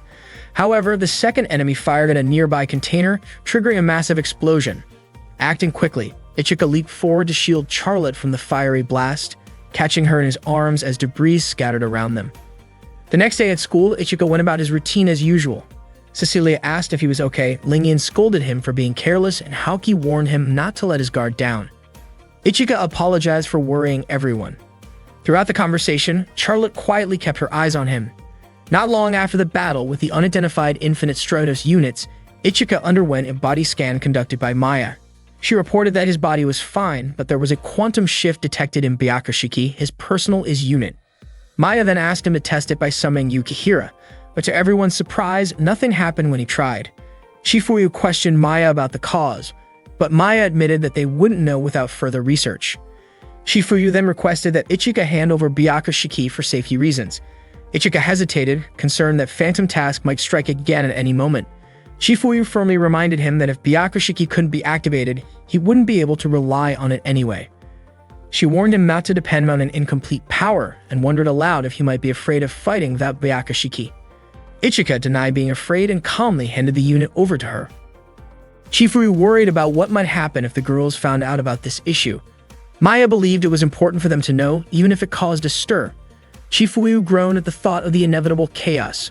Charlotte, however, asked that the others not be told, declaring that she would personally protect Ichika. Charlotte made up her mind that she would always stay by his side to keep him safe. During class, Laura suddenly showed a fashion magazine featuring lingerie and asked Ichika to pick a design. Ichika was completely shocked, while Lingyan wondered why Laura would show something like that to him. Cecilia even told Ichika to close his eyes. Laura explained that she only wanted to know Ichika's taste, which she jokingly referred to as her future husband's preference. Everyone was surprised to hear Laura say that. Laura admitted that Clarissa had once told her that when a girl is in love, people often notice the kind of clothes she wears. Because of that, Clarissa suggested that Laura should choose something that Ichika might like. Laura thought that striped patterns might be the most popular with boys. Haoki took a look at the designs in the magazine and commented that some of them were actually stylish, while Lingyan agreed that the featured model looked well designed. Meanwhile, Cecilia secretly called her assistant to replace her own outfit with something a little fancier and more elegant. Ichika tried to avoid answering Laura's question, but Laura teased him, asking if he was embarrassed because her guess might have been right. She called Ichika straightforward for his reactions. Charlotte watched their antics with a quiet smile. Laura then asked Charlotte which design she personally liked from the magazine. Charlotte replied that it was not the kind of topic she could casually talk about in front of a boy. Just then, Charlotte felt something strange with her own clothing and quickly left the classroom. To her surprise, she realized that a part of her outfit seemed to have gone missing without explanation. She wondered if it might have something to do with her unit revived, just like what had happened before with Byakushiki. Blushing in confusion, she hurried back to her room to fix her clothes, but the strange problem kept happening even after she changed. Charlotte had no idea what to do. A knock on the door startled her. It was Ichika, reminding her that class was about to start. Charlotte stepped out, saying she had handled the situation even though she was still worried. Ichika grabbed her hand and urged her to walk faster since Chifuyu would be teaching that day. He pulled her along so quickly that they accidentally tripped, causing Ichika to fall against her by mistake. Both of them were startled, and Charlotte instinctively used her as arm to push him away in a burst of panic. She still couldn't figure out why these strange things kept happening. Later, during the lunch break at the cafeteria, Charlotte sat next to Haoki, still looking uneasy. Haoki noticed her discomfort and asked what was wrong, but Charlotte only mentioned that the seat felt unusually cold. In the afternoon, Charlotte joined Lingyan and Cecilia for a game of volleyball. When she jumped to hit the ball, she suddenly remembered her wardrobe issue and quickly pulled back, canceling her move. Later, Charlotte was asked to help carry some equipment, which made her feel even more self-conscious about her clothing problem. Ichika offered to help, but Charlotte, startled, almost dropped what she was carrying because she was afraid he might notice something. They ended up carrying the items together. Ichika commented that Charlotte was acting strangely and guessed that she might be worried about Byakushiki. Charlotte felt happy to help him despite her worries, and Ichika reminded her not to push herself too hard. Laura, who happened to see them, tried to greet Charlotte but paused when she noticed something unusual. She quickly called Clarissa to share her observation. Clarissa calmly explained that sometimes clothing can appear different depending on the lighting or viewing angle, which reassured Laura. Clarissa's friends praised her for knowing so much, joking that it might be because Charlotte liked Japanese cartoons and comics. Laura said she wouldn't lose her friend, while Clarissa admitted she felt a little jealous hearing Laura call Charlotte her friend. Clarissa hoped that Laura would never forget the Black Rabbit Squad, who were always there to support her. Charlotte and Ichika brought the equipment to the library, where Charlotte thanked him and told him to return to class ahead of her. Once Ichika left, Charlotte sighed with relief, glad that he hadn't noticed her ongoing problem. She worried that her unit Revive might also be malfunctioning and feared that if it were inspected, she wouldn't be able to protect Ichika. Charlotte imagined how disappointed Ichika might feel if he ever discovered her embarrassing situation, and she promised herself to keep it a secret until Byakushiki returned to normal. When Charlotte stepped out of the room, she ran into Cecilia, Haoki, and Lingyan, who seemed to have overheard part of her conversation. They asked what she was hiding, and once they learned the truth, they immediately went to talk to Ichika about Byakushiki. Each of them wanted to protect him, which quickly turned into a playful argument about who had the right to stay closest to Ichika. Charlotte arrived and quickly urged Ichika to leave with her, and Ichika immediately ran after her while Charlotte apologized for the sudden rush. Out of nowhere, Cecilia's blue tears weapons fired toward them, and Charlotte quickly told Ichika to duck to avoid the attack. Cecilia explained that she was not using the full power of her weapons and confidently offered to become Ichika's personal protector. Ichika was confused since Cecilia had just fired lasers at the very person she claimed she wanted to protect. Not long after, Lingyan hurled her weapon in Ichika's direction, and Charlotte again warned Ichika to duck. Lingyan then announced that she too wanted to protect Ichika. Cecilia and Lingyan were about to fight, but Haoki stepped in to block them, insisting that she was the one who would protect Ichika. Of course, Cecilia and Lingyan refused to hand Ichika over Haoki, and seeing the growing argument, Charlotte tried to calm everyone down. Suddenly, Tatiana appeared and reminded them that using infinite stratos for personal reasons was against the rules. The others told her not to interfere, but Tatiana boldly declared that she would defeat all of them if that was what it took to take Ichika away. In the end, everyone deactivated their weapons, and Tatiana gave them a punishment of sweeping the entire ground floor of the school. Later that afternoon, Ichika spent time with Charlotte. He felt the punishment was unfair and decided to face Chifuyu himself, believing the Byakushiki incident had been his fault. Charlotte offered to come along, but Ichika refused, saying she had already worked hard and this time it was his turn to take responsibility. He thanked Charlotte before leaving. Charlotte quietly blamed herself and wondered if she should have told Ichika the truth earlier, but realized that doing so might have meant she failed to protect him. Unsure what to do, she remembered a moment from her childhood when she had accidentally broken her mother's favorite mirror and cried in fear of being scolded. Instead of getting angry, her mother gently comforted her and asked if she was hurt. Her mother told her that Charlotte was more important than any object and hugged her tightly. Charlotte cried and apologized, and her mother praised her for being honest and asked her to always tell the truth. Remembering those words, Charlotte made up her mind to be honest with Ichika, believing he would not hate her. She called out to Ichika, determined to reveal her secret. Nervously, she tugged at her skirt, which startled Ichika, and Charlotte pleaded with him to look so she could show him what she had discovered. Before she could finish lifting her skirt slightly, Laura suddenly appeared and interrupted the moment. Laura leaned over to peek and casually remarked that Charlotte was wearing regular underwear. Charlotte was shocked and then realized that she was, in fact, wearing normal underwear again, which meant everything had returned to normal. Overjoyed, Charlotte excitedly pointed this out to Ichika, but Ichika kept turning his face away in embarrassment. Feeling flustered, Charlotte accused him of being pervy, even though Ichika had no idea why she said that. Meanwhile, Maya reported new information to Chifuyu. She explained that an unfinished Infinite Stratos unit had been shipped using a new method of quantum alteration. Chifuyu suspected it had already been destroyed during an attack, which would explain the strange effect on Byakushiki. Maya felt relieved that the issue was only temporary and would soon return to normal. She was glad Ichika was safe, but Chifuyu pointed out that the situation had partly been caused by Ichika's own carelessness. Maya also confirmed that the person behind all this had no connection to Phantom Task. Back with Charlotte and Laura, Charlotte finally understood that her underwear had been undergoing quantum changes the entire day, and Laura, still puzzled, wondered why Charlotte hadn't just worn something different, joking about how even the Queen of France once said that if there were no regular undergarments, something else would have to do. One day, Kanzashi, the younger sister of Tatanashi, was checking an Infinite Stratos unit. She noticed that the unit's movement response felt sluggish, and the output of its core wasn't increasing either. Kanzashi couldn't figure out why and wondered if the type of unit might be the problem. She decided to stop working for the moment and headed back to her room. At that time, Tatanashi quietly watched her from outside the room. That morning, Kaoruko, the head of the school bulletin club, approached Ichika and Haoki to ask for their help. She explained that her older sister, who worked at a publishing company, wanted to interview them as Infinite Stratos pilots who each owned a personal unit. Kaoruko then showed them a magazine from the publisher where her sister worked. When Haoki opened the magazine, she pointed out that it didn't seem to have anything to do with Infinite Stratos. Kaoruko then asked if this would be their first time receiving such a request, since people who own their own Infinite Stratos units usually became the center of attention, similar to idols, and sometimes even worked as models. Ichika turned to Haoki, wondering if that was true, but Haoki didn't know either. Suddenly, Lingyan showed up, excited to show a photo of herself where she worked as a model. Ichika immediately stalked her, guessing that Lingyan's pose was probably strange. Lingyan denied it and quickly showed a photo on her phone anyway. Ichika admitted that the pose was actually not bad, so Lingyan went on to show a few more photos. Not long after, the school bell rang and Kaoruko said goodbye.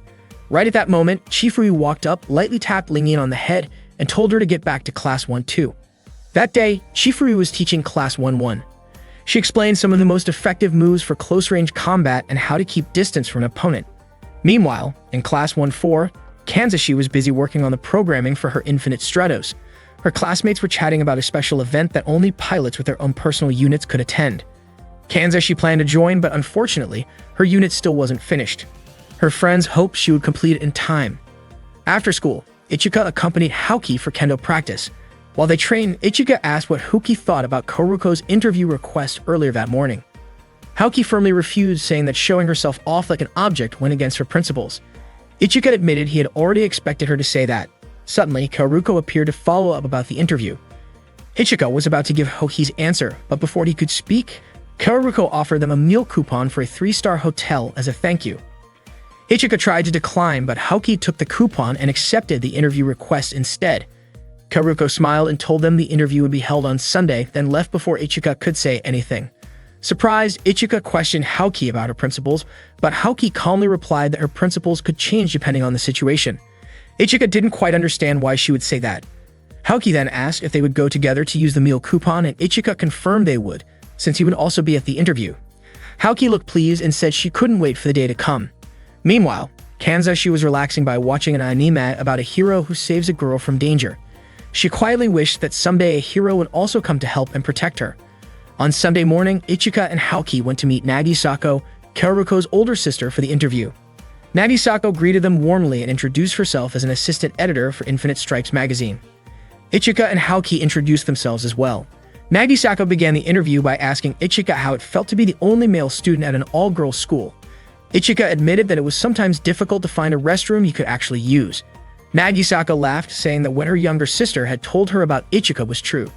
She then turned to Haoki, asking how she felt when her older sister gave her a personal Infinite Stratos unit and whether she planned to become a national representative.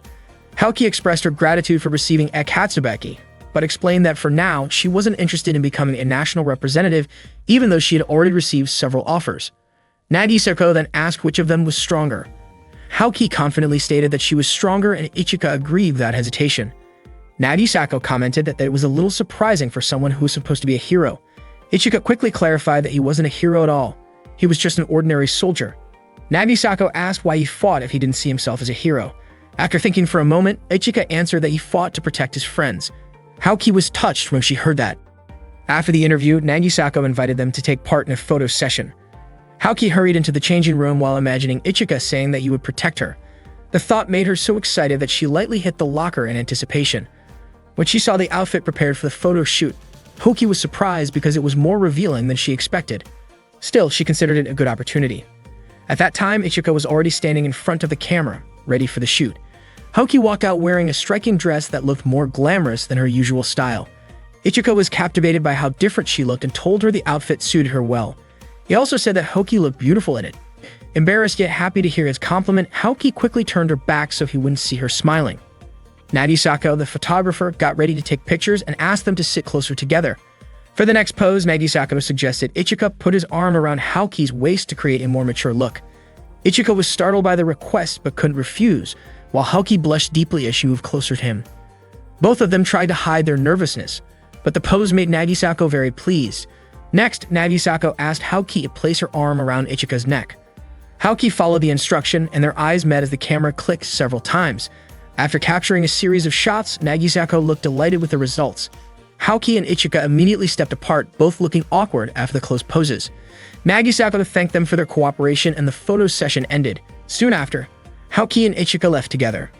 As they walked side by side, Hoki secretly wished they were completely alone because Ichika's presence felt so close. The thought made her cheeks flush as she imagined what it might feel like if they shared a quiet moment together. Suddenly, the heel of Hoki's shoe got stuck in a small gap on the pavement, causing her to stumble. She quickly grabbed Ichika's arm to keep her balance. Ichika immediately asked if she was alright, but Hoki reassured him that she was fine. One of her heels had slipped off, so she removed the other one to walk more evenly. However, as they continued, Hoki nearly fell again because her ankle was starting to hurt. Ichika caught her in time and told her not to push herself, especially since she had never worn high heels before. Concerned for her, he crouched down and offered her a piggyback ride so she wouldn't strain her foot. Hoki hesitated at first but eventually climbed onto his back. Ichika carried her the rest of the way. Hoki thanked him sincerely while Ichika calmly said it was only natural for him to protect her. Hearing that made Hoki's face grow even warmer. Exhausted from the long day, Hoki eventually fell asleep on his back and unconsciously murmured Ichika's name, softly expressing her feelings for him in her sleep. That night, Madoka was still awake when Squall entered her room to discuss a recent incident. Squall reminded her that her mission was only to steal an Infinite Stratos unit from another country. To test Madoka's awareness, Squall suddenly activated her own Infinite Stratos and made a quick move toward her. Madoka reacted instantly, impressing Squall with her sharp reflexes. Squall repeated that for now, Madoka was still an important member of Phantom Task. Madoka admitted that she wanted to set things right, and Squall asked if this was about Ichika. Madoka said that Ichika was not an enemy and that she could defeat him if she ever truly wanted to. Squall guessed it might instead involve Chifuyu and suggested that defeating Chifuyu should have been easy, since Chifuyu currently had no Infinite Stratos unit. Hearing this, Madoka kicked Squall in frustration, refusing to let anyone underestimate Chifuyu. In Madoka's eyes, Squall was no match for her. Squall left the room but reminded Madoka to stay in line until the next mission. Meanwhile, Ichika was walking through the dormitory halls, still thinking about what Madoka had said during their previous encounter. On his way, he ran into Chifuyu and asked whether they had any other family members, perhaps a younger sister. Chifuyu firmly replied that Ichika was her only family. The next day, Maya announced that there would be a team match designed to improve the skills of pilots who own their own Infinite Stratos units. Since more and more Infinite Stratos units have been stolen around the world, cooperation between personal unit owners was becoming more important. During lunch break, Charlotte brought a homemade meal for Ichika. Ichika felt really happy and thanked her.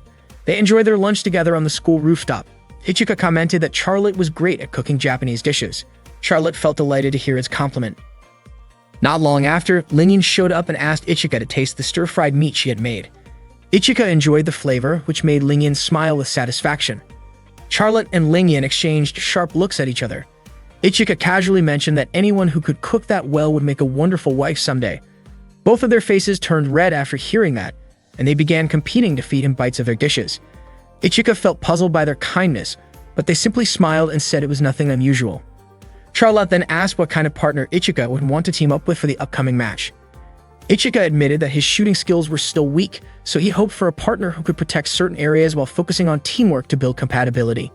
Curious in return, he asked what kind of partner Lingyan and Charlotte would like. Lingyan said she wanted someone who would help her when cornered and fight seriously at her side. Charlotte agreed with Lingyan's answer and added that she also wanted a partner who could think quickly during a match. After training, Ichika returned to his room and was surprised to find Tatanashi already waiting for him. Tatanashi earnestly asked Ichika to look after her younger sister.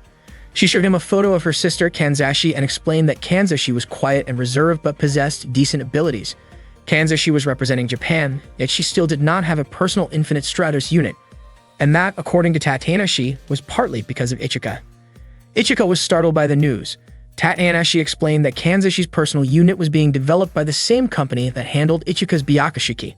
However, since Byakushiki was given priority, Kanzashi's unit had been delayed. Ichika apologized sincerely. Tatanashi then asked him to pair up with Kanzashi for the team match, even bowing her head to plead with him. Ichika wondered if he needed to invite Kanzashi himself.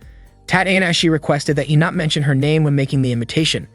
Ichika suspected there might be tension between Tatanashi and her sister, and Tatanashi did not deny it. Understanding the situation, Ichika promised to try convincing Kanzashi. The next day, Laura approached Ichika and asked him to sign the registration form for the team match because she wanted to be his partner. Ichika declined, explaining that he had already promised to team up with someone else. Hearing this shocked Laura and the others nearby. Laura, frustrated, declared that she was his wife and questioned why he would choose someone else. In her agitation, she activated her weapon, ready to confront him. Fortunately, Shifuyu quickly stepped in to stop her and firmly scolded Laura for activating a weapon in class. Laura insisted she was only dealing with a matter between husband and wife.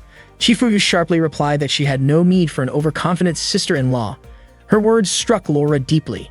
Shifuyu then instructed Ichika to escort Laura back to her seat. Later that afternoon, Ichika trained with Haoki. Haoki commented that he was too slow. When Ichika fired a shot at her, Haoki easily deflected it and launched a counterattack, steadily draining Ichika's shield energy. Despite his efforts, Ichika still could not defeat her. After the training, Haoki quickly changed her clothes, feeling pleased about her victory.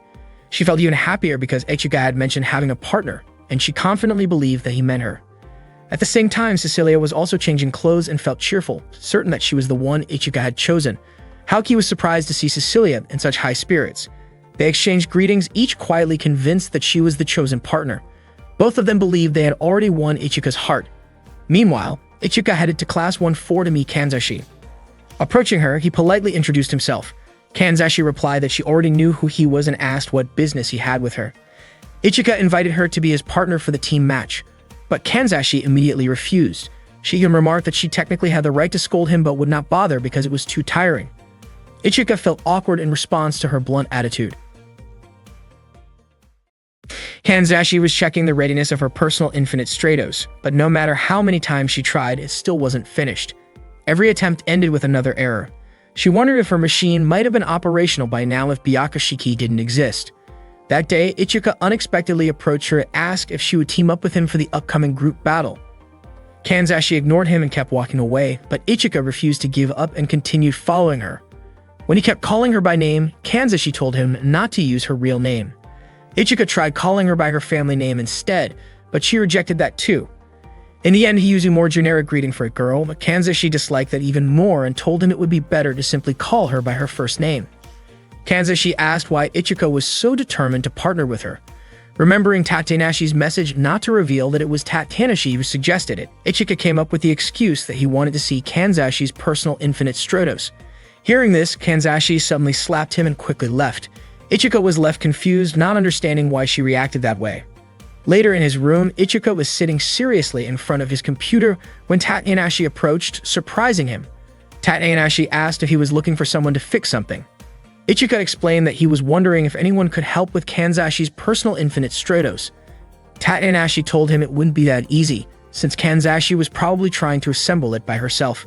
Tatanashi was sure Kanzashi wanted to follow the same path she once did. This surprised Ichika, who hadn't known that Tatanashi had built her own infinite Stratos.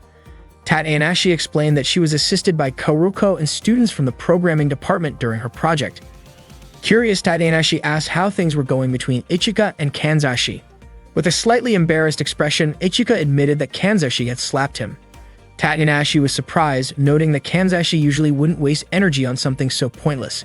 Half joking, she wondered if Ichika might have done something inappropriate to upset her. Ichika firmly denied it, insisting he would never behave like that. Tatanashi, still intrigued, suggested that Kanzashi's unusual reaction might mean she had feelings for him. That night, Kanzashi watched anime in her room, still surprised at herself for slapping Ichika. The next day, Cecilia was busy with training. She wanted to make Ichika regret not choosing her as his partner. She successfully hit every target and felt confident that she would win the upcoming battle.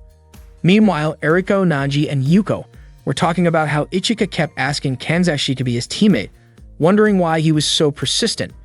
At the same time, Lingyam was on a call, sending someone data on the impact of the cannon installed on her right arm.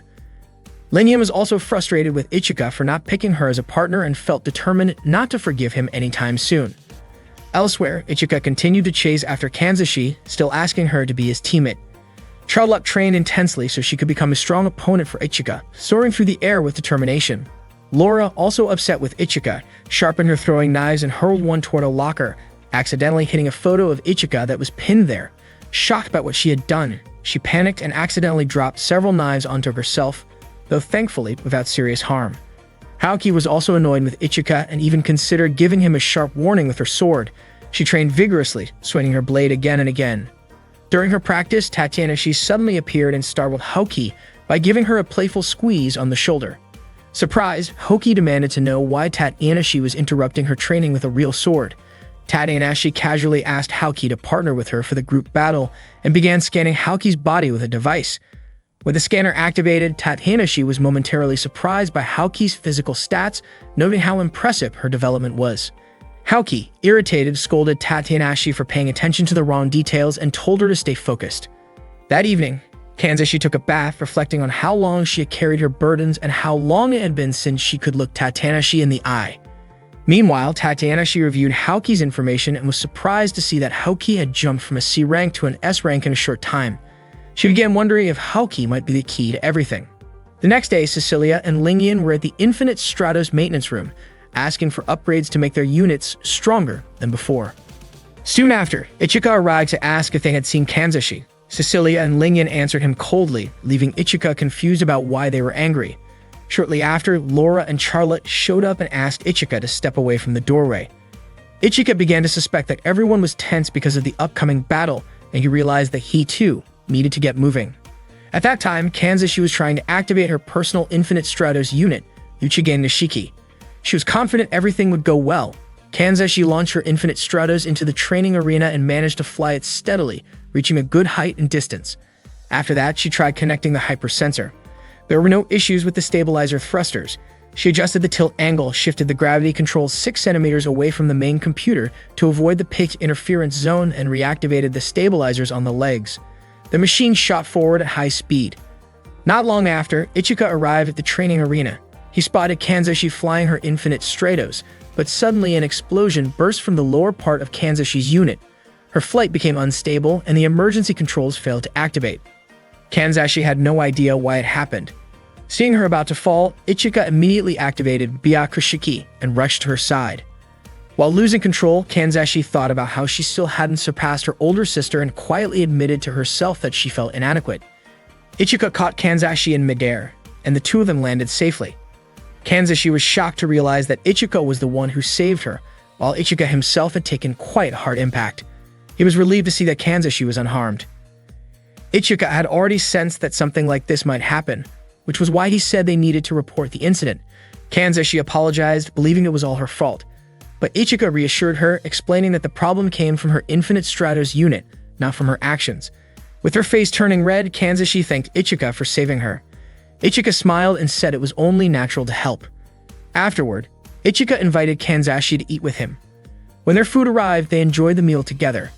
Ichika noticed Kanzashi dipping her tempura completely into the broth and teased that if Laura were there, she would probably start a playful argument, since Laura loved keeping food crunchy. Kanzashi simply preferred her food fully soaked in flavor. Ichika then offered Kanzashi a piece of his freshly fried chicken nanban. Kanzashi hesitated and blushed, but slowly opened her mouth to accept the bite. Smiling, Ichika asked if he could try some of her tempura, but Kanzashi quickly and shyly refused to share her food. Later in class, Kanzashi couldn't stop thinking about why she had allowed Ichika to feed her, which felt almost like an indirect kiss. Her heart raced every time she imagined him, and she couldn't figure out why she felt that way. Before she could calm down, Ichika approached her and asked if she would partner with him for the upcoming match. Kanzashi hesitated, unsure of herself. Ichika encouraged her, saying she would never know what she was capable of unless she tried. Even though Kanzashi still looked uncertain, Ichika assured her there was nothing to be afraid of. In that moment, Kanzashi suddenly saw Ichika as a heroic figure, just like the characters she admired in her favorite anime. Gathering her courage, Kanzashi shook his hand, accepting his invitation to be his partner in the battle. Ichika's face lit up with excitement, and he immediately suggested they go to the faculty office to officially register their team for the group match. That evening, Ichika asked Kanzashi how far she had progressed with her Infinite Stratos adjustments. Kanzashi admitted that some of the weapons still needed fine-tuning and that she hadn't tested them yet. The high-explosive multi-lock-on missiles required maintenance, and the particle cannon wasn't ready either. Ichika mentioned they might be able to use Byakushiki's data to help and offered to assist her. He encouraged her by saying they had to do everything they could to be prepared. Kanzashi felt nervous, but also moved by his kindness. Meanwhile, Haoki and Tatanashi had just finished their own training session. Tatanashi cheerfully invited Haoki to join her for a relaxing bath. Haoki couldn't refuse as Tatanashi playfully grabbed her hand. Watching this, Haoki was reminded of how her older sister used to pull her along in the same way, though those memories were bittersweet. As they enjoyed the warm water, Tatanashi asked what was on Haoki's mind. Haoki admitted she was thinking about her sister, Thabane. Tatanashi asked if Haoki kept her distance from Thabane. Haoki explained that she didn't dislike her sister at all and was actually grateful that Thabane had given her a personal infinite Stratos. Tatanashi was happy to hear that and said families should stay close even if she felt she had no right to say it because she herself wasn't close to her own younger sister. Haoki confessed that she never really knew what Thabane was thinking. Tatanashi suggested that perhaps Haoki was simply afraid of the unknown. She admitted that she felt the same way about her own family. Even so, Tatanashi was certain that Thabane truly cared for Haoki. Meanwhile, Ichika mentioned that they might need to ask the maintenance team for help since the match would start soon. Kanzashi agreed, and after that, Ichika invited Kanzashi to head home. Kanzashi asked him not to address her so formally, then quickly ran off, leaving Ichika confused about her sudden reaction. Back in her room, Kanzashi's heart was still racing. She could hardly believe she had managed to say that. Kanzashi started to realize that she might be falling in love with Ichika. The next day, Kaoruko, Hane, and the others came to help Ichika and Kanzashi. Kaoruko reminded Ichika not to forget about the promise to go on a date with her. Hane approached Kanzashi and assured her that she would do her best to support her. They began working together and Ichika stayed busy helping everyone. He fetched a wrench and a high-frequency blade, brought over a data scanner and an ultrasonic wave checker, delivered drinks, and even fed Hane a piece of cake. Someone even asked him to buy shampoo from the school store. After a full day of teamwork, it finally completed the task successfully. Kanzashi felt deeply grateful. She knew she could never have done it on her own, so she sincerely thanked everyone. Kaoruko told Kanzashi not to worry about it because she and the others already considered Kanzashi their friend. After that, Kaoruko and the rest said their goodbyes and headed home. Ichika commented that everything seemed to be going smoothly and Kanzashi admitted that it was thanks to everyone's help. Ichika encouraged Kanzashi to give her best during the upcoming match. Later, when Ichika returned to his room, he was surprised to find Tatanashi there as if she owned the place. Tatanashi asked Ichika to give her a massage. Though hesitant, Ichika agreed. While he helped her, Tatanashi suddenly asked whether Ichika had a good relationship with his older sister, Chifuyu.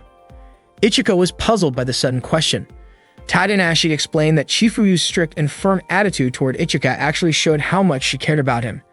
Her seriousness meant that Ichika was precious and special to her, and she did not want anything bad to happen to him in dangerous situations. Then, in a playful attempt to tease him, Tatanashi jokingly asked Ichika to massage her back. Ichika was startled by the unexpected request, but quickly realized that Tatanashi only wanted to see his reaction. Meanwhile, Kanzashi was on her way to Ichika's room carrying a cake she had made. Her heart pounded as she wondered if he would like it. But when she arrived near his door, she saw Ichika with Tatanashi and overheard their conversation. Tatanashi was asking Ichika about the condition of Kanzashi's infinite Stratos and whether everything was progressing well. Kanzashi was shocked to hear this, especially when she learned that the data for her infinite Stratos actually came from Tatanashi. It dawned on her that Ichika's efforts to help her were because Tatanashi had instructed him.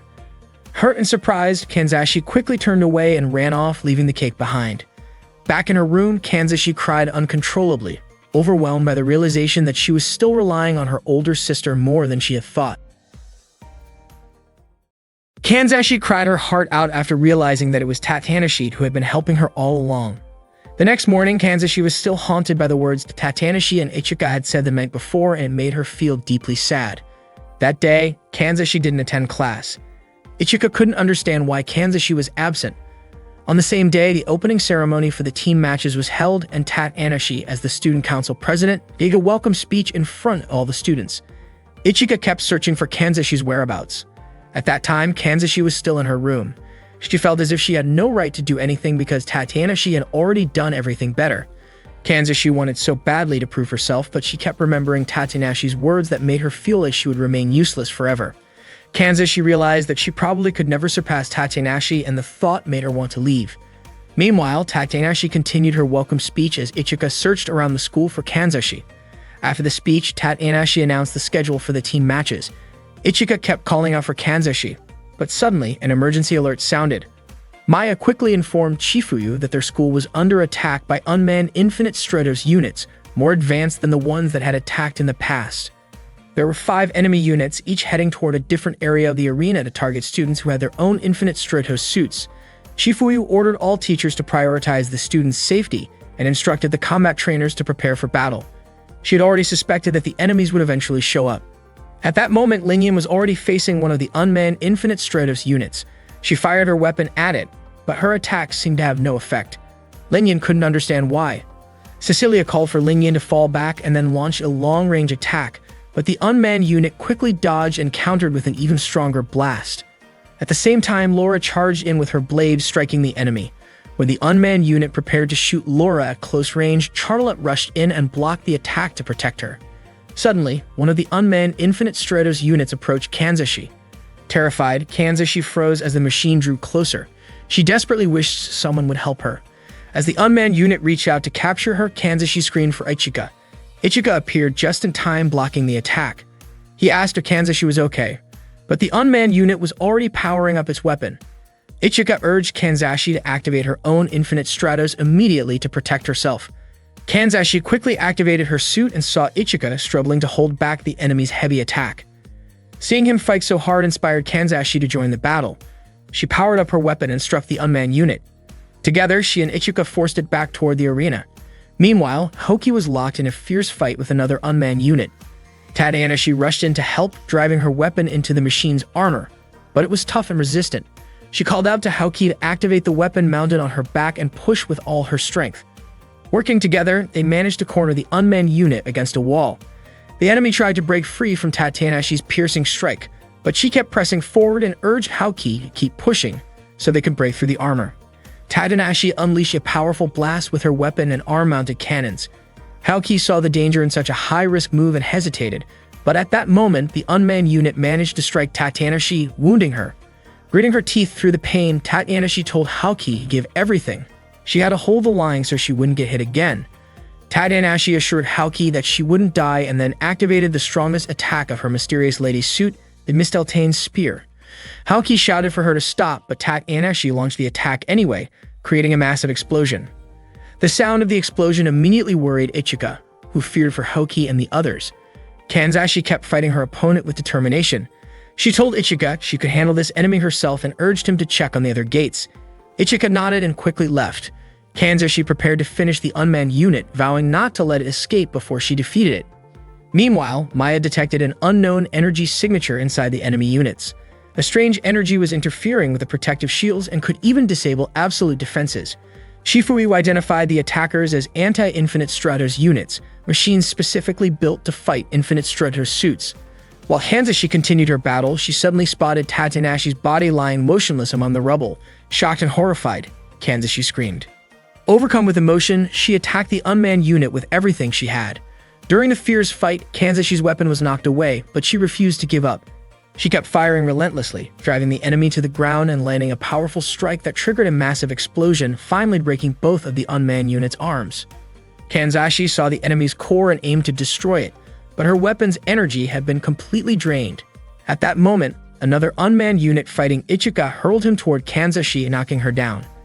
Kanzashi cried out in panic as she saw Ichika fall beside her. The enemy slowly advanced toward her. Frozen in fear, Kanzashi felt a crushing sense of helplessness, as if there was nothing she could do to stop it. Meanwhile, the severed arm of the unmanned Infinite Stratos reattached itself.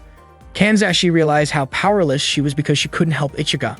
All she could do was watch as the unmanned Infinite Stratos grabbed Ichika and slammed him to the ground over and over again. Guilt washed over her as she thought about being born into a world where heroes didn't exist. The unmanned Infinite Stratos prepared to throw Ichika toward her, but suddenly blood splattered in front of Kanzashi. Tatenashi had arrived just in time to protect her. Kanzashi watched in shock as Tatenashi's wounded body fell to the ground in front of her.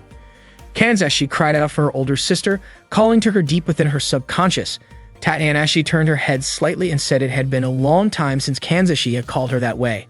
Kanzashi insisted that it was impossible for heroes to exist in a world like this. Ichika said there was no such thing as a perfect hero. In his view, a hero wasn't someone who never cried or laughed.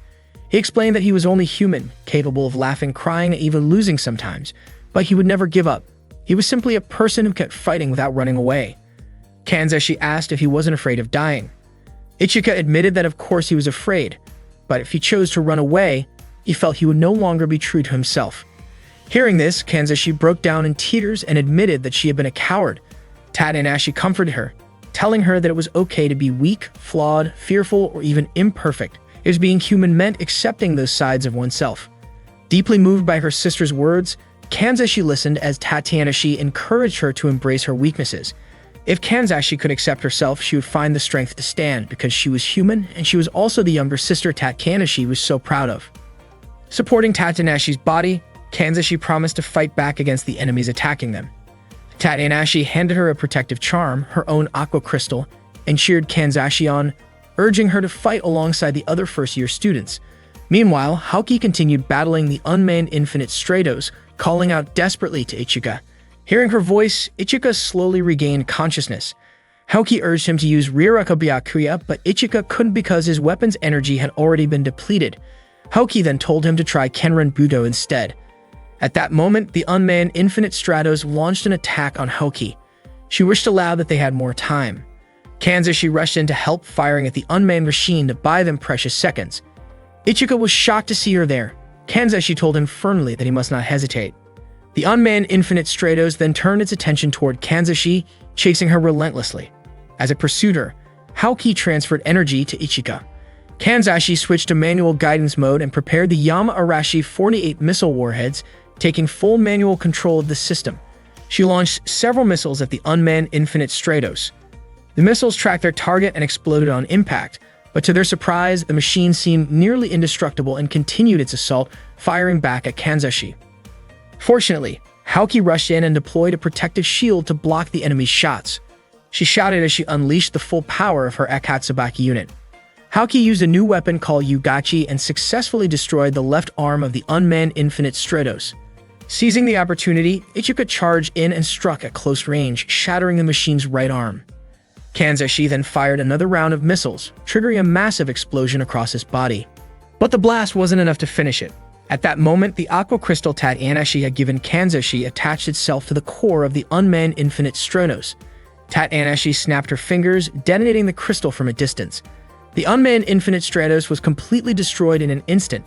Tadanashi smiled in relief as Haoki, Kanzashi, and Ichika finally felt the weight lift from their hearts. At the same time, Lingyan succeeded in destroying the core of another unmanned Infinite Stratos. She and Cecilia defeated their opponent together. Elsewhere, Charlotte and Laura also managed to bring down their own unmanned Infinite Stratos, securing victory on all fronts. Tadanashi slowly regained consciousness that afternoon, lying in the student infirmary. When she tried to sit up, a sharp pain made her stop, and Kanzashi gently asked her to stay lying down and rest. Their eyes met, and for a moment it felt like the distance between them had disappeared. It had been a long time since they had been this close, and Tadanashi realized that it was all thanks to Ichika. She wondered why she had even asked Ichika for help in the first place, thinking that maybe, deep down, she wanted to be closer to him. Kanzashi suddenly noticed that Tadanashi's face had turned a soft shade of red and asked why she looked flustered. Embarrassed, Tadanashi quickly said that maybe it was just the glow of the evening sky making her cheeks look that way. Kanzashi lowered her gaze and apologized, admitting that she felt she hadn't been a good little sister to Tadanashi all this time. Tears welled up in Kanzashi's eyes as she spoke. Moved by her words, Tadanashi reached out and gently stroked her sister's head, telling her that none of what she said was true because Kanzashi was her precious and strong little sister, and nothing could ever change that. Hearing those words, Kanzashi was overcome with emotion, hugging her sister tightly as she cried in relief. Later that night, Maya was in a quiet discussion with Chifuyu about the unmanned Infinite Stratos units. These machines had been upgraded, but the key issue was that they were unregistered and only 2 of them could be repaired. Chifuyu calmly instructed Maya to inform the government that all of the units had been destroyed.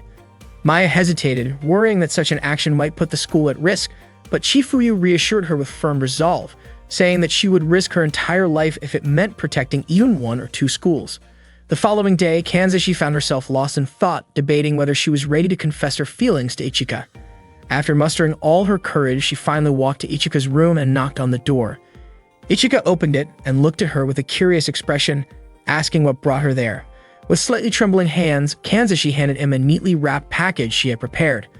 When Ichika opened it, he found an anime cassette inside. His face lit up with delight as he recognized it from his childhood, remembering how he used to watch that anime and smiling warmly at the memories. He asked Kanzashi if she liked it too. Kanzashi's cheeks turned bright red as she admitted that she did. Ichika smiled at her response, which only made her blush even more. Her heart pounded and her whole body trembled as she nervously blurted out that she liked Ichika very much. Then, overwhelmed with embarrassment, she quickly turned and ran away. Ichika stood there, confused by her sudden outburst, wondering why she had acted like that.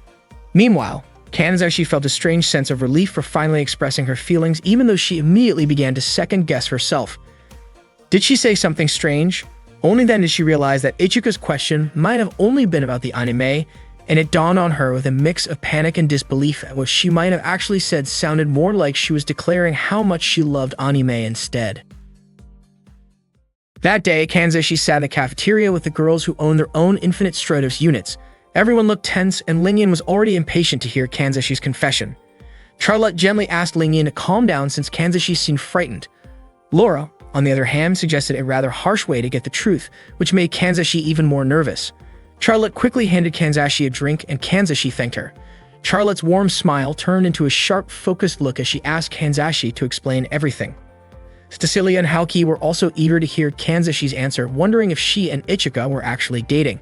Kanzashi was shocked by the question, and with her face turning red, admitted that she and Ichika were not in that kind of relationship.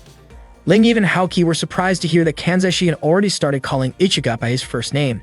Stammering, Kanzashi explained that there was no chance between her and Ichika, so they were not a couple. The tense atmosphere softened after that. Cecilia commented that it seemed like all their worries were unnecessary.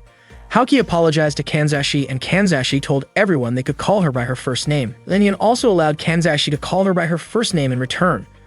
Laura then invited Kanzashi to join their training after school, and Kanzashi happily agreed, feeling very grateful. That same day, Ichika was asked to help Maya with body measurements for the students.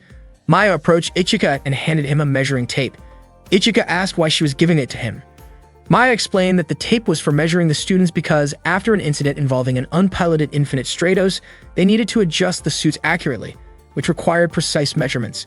Ichika said his concern was not the measurement itself, but why he had to be the one doing it. Maya admitted that she initially disagreed with the decision as well, but the student council had already made the call. Ichika immediately realized that Tatianashi must have been behind it, and he was not happy about it. Suddenly, Shifumi raised her voice, asking why Ichika was making such a fuss. She gave him a firm tap on the head with her book and told him to stop overthinking something so simple. Ichika argued that it felt like a setup rather than a task. Shifuyu told him not to look so miserable, then handed him a blindfold before walking away. Ichika thanked her sincerely, but when he put the blindfold on, he discovered that it was see-through, which only made him more frustrated. The students were already lined up for the measurements, excited when they realized Ichika would be the one taking them. Maya instructed everyone to change into light clothing so measurements could be taken accurately. She told Ichika to call out the numbers while she recorded them. Maya then gently pushed Ichika into the measuring booth and closed the curtain. The first student to step inside was Kyoka. Ichika, startled, quickly turned his back and decided to keep his eyes closed, trying to stay calm. He asked Kyoka to raise her arms so he could take her measurements. Still blindfolded, he carefully placed the measuring tape, but his nervousness made the situation awkward. Kyoka, surprised by his clumsy movements, pointed out that he was measuring the wrong area. Ichika immediately apologized and tried to adjust, sweating from the embarrassment. Kyoka politely asked him to stop for a moment to avoid further confusion. Hearing the commotion, Haoki and the others opened the curtain and immediately scolded Ichika. They were shocked by what they thought they saw and quickly confronted him, leaving Ichika panicked and trying to explain himself. Later that afternoon, Ichika and the girls gathered on the school rooftop to eat lunch together. Cecilia looked a little down after learning that her waist size had increased by 5 centimeters. Lingyan admitted that her weight had gone up even though her figure hadn't changed much. Haoki remarked that changes in weight could reflect changes in mindset, so she needed to add more training hours. Ichika found it strange that the girl was worried about such things, since to him they looked exactly the same. Cecilia complained that Ichika was too oblivious to notice details about them. Curious, Cecilia asked what Ichika was eating. Ichika said it was the lunch Haoki had prepared for him that morning. Lingyan and Charlotte were surprised, realizing Haoki had gone out of her way to cook for him. Haoki blushed and explained that she simply made too much food. Ichika thanked her sincerely, especially since her fried chicken was delicious. Haoki's face turned even redder from the compliment, making Lingyan and Cecilia feel a little jealous. Ichika also praised Lingyan's sweet braised pork and Charlotte's pot au feu, saying both dishes were amazing. Cecilia, her cheeks flushed, nervously asked how her own cooking compared. Lingyan jokingly whispered to Ichika that Cecilia's cooking might be better left a mystery for everyone's safety. Cecilia grew even more curious about what they were whispering about. Not long after, Charlotte and Laura arrived, bringing Kanzashi along with them. Ichika immediately invited Kanzashi to sit next to him. Cecilia looked slightly sad, realizing that Ichika still hadn't said anything about her cooking. Cecilia went to see Haoki at night to learn how to cook authentic Japanese dishes, especially the kind of homemade lunch that Haoki always prepared so deliciously. Haoki was happy to teach her. Cecilia even brought a high-quality capon chicken from the city of Brest, but Haoki said she still had plenty of meat in stock, so they did not need to use the chicken. She kindly asked Cecilia to take it back, and Cecilia decided she would save the chicken for Christmas instead. Haoki began preparing everything, carefully setting out the ingredients. For the first step, she showed Cecilia how to cut the chicken thighs into bite-sized pieces and sprinkle them with a bit of salt. She asked Cecilia to mince garlic and ginger, but Cecilia accidentally dropped them. When it was time to heat the oil, Cecilia misunderstood and almost hugged the container of oil instead, making Haoki worry for a second. After frying the chicken, they let it drain for about 3 minutes. Not long after, Haoki's phone rang. She asked Cecilia to continue cooking while she stepped away. Wanting to make the dish look more appealing, Cecilia tried adding her own creative touch. She sprayed a bit of perfume to enhance the aroma and even coated the chicken with mustard. When Haoki returned, she was curious about the unusual smell and decided to taste it. The next day, Haoki did not come to school because she felt sick. Ichika was surprised because it was rare for Haoki to miss class, and he wondered what could have caused her sudden illness. Charlotte was puzzled too, since Haoki had sounded perfectly fine during their phone call the night before. The following day, Cecilia asked Charlotte to teach her how to make pot au feu. Laura was resting nearby, exhausted from training. Charlotte reminded Cecilia not to wake her up. Charlotte began chopping vegetables and asked Cecilia to cut the sausages diagonally. Impressed by how well Cecilia sliced them, Charlotte complimented her. Cecilia explained that Haoki had taught her how to cut ingredients the previous night, surprising Charlotte. Cecilia mentioned that Haoki suddenly got sick after cooking with her, which she could not understand, but she was sure Haoki would feel better after eating the pot au feu. Charlotte quietly wondered if Haoki's illness might have been caused by tasting Cecilia's cooking, but she quickly brushed the thought aside, especially since they were preparing the dish together this time. While they waited for the stew to finish, they heard Laura making noises as if she was having a bad dream. Charlotte hurried to check on her, leaving Cecilia to watch the pot. Cecilia noticed the color of the stew looked a bit dull. Soon after, Charlotte returned, drawn in by the savory aroma, and tempted to taste the dish early. Later that night, at around 2 in the morning, Laura woke up and noticed Charlotte asleep nearby. Feeling hungry, she headed to the kitchen and found the pot au feu still warm in the pot. Believing Charlotte had made it for her, Laura gratefully enjoyed the meal and silently thanked them for the thoughtful gesture. The next morning, Charlotte and Laura were both absent from class. Cecilia was confused since Laura had gone to bed early the night before. Ichika added that both Charlotte and Laura had seemed perfectly fine when he visited Haoki. Cecilia began to wonder if maybe the food they ate was not quite right. Ichika noticed Cecilia's fingers looked slightly injured and asked about it. Embarrassed, Cecilia blushed and insisted it was nothing. She then invited Ichika to have lunch with her, promising to prepare a homemade lunchbox for him. Ichika agreed, making Cecilia extremely happy and excited. Not long after, Kanzashi entered Ichika's classroom carrying a beautifully prepared lunchbox she had made for him. Cecilia was stunned when she saw it. Kanzashi's bento was decorated with intricate designs of heroes, looking more like a piece of art than food. Cecilia immediately realized she could never create something so perfectly detailed. Later that night, Cecilia visited Lingyan to ask her to teach her how to make sweet and sour pork. Lingyan hesitated, joking that cooking with Cecilia might be a disaster waiting to happen. She even said she did not want to risk her life over a cooking session. But Cecilia kept pleading, explaining that Lingyan was the only one she could count on. Lingyan admitted that she herself had once struggled with cooking, so she understood Cecilia's frustration. Still, she warned that Cecilia's dishes were unpredictable and could be dangerous if she was not careful. When Lingyan noticed Cecilia's fingers covered in small cuts, Cecilia admitted they were from practicing her knife skills and assured her it was no big deal. Feeling sympathetic, Lingyan finally agreed to help, but only if Cecilia promised to taste her own cooking first. They started preparing the dish together. Cecilia successfully fried the pork and began stir-frying the vegetables. Lingyan explained that Chinese cooking relied heavily on high heat for the best flavor, but unfortunately, their kitchen equipment could not reach the temperature needed. Suddenly, Charlotte appeared and tried using her unique ability to boost the heat, but instead, she accidentally caused a small explosion in Lingyan's kitchen, leaving everyone startled and speechless. The next day, Cecilia met Ichika on the rooftop to apologize for an unexpected accident. She explained that her cooking had exploded for some reason, leaving Ichika completely confused about how that could even happen. Cecilia looked genuinely sad because she really wanted Ichika to taste her homemade dish. Wanting to cheer her up, Ichika suggested that they cook something together instead, and he offered to teach her how to make one of his favorite foods. They headed straight to the kitchen and began their cooking session. Cecilia looked a little nervous at first. Ichika asked her to hold a ball of rice and fill it with the prepared ingredients. Curious, Cecilia pointed to a bright red filling and asked what it was. Ichika explained that it was yuumboshi, a pickled plum. He gave her a small bite so she could try it, and Cecilia was surprised by its sharp, tangy flavor. Ichika then guided her to shape the rice into a neat triangle. Seeing Cecilia's focused expression as she pressed the rice together made Ichika laugh softly. Cecilia, slightly puzzled, asked why he was laughing. Ichika told her that her expression looked adorable.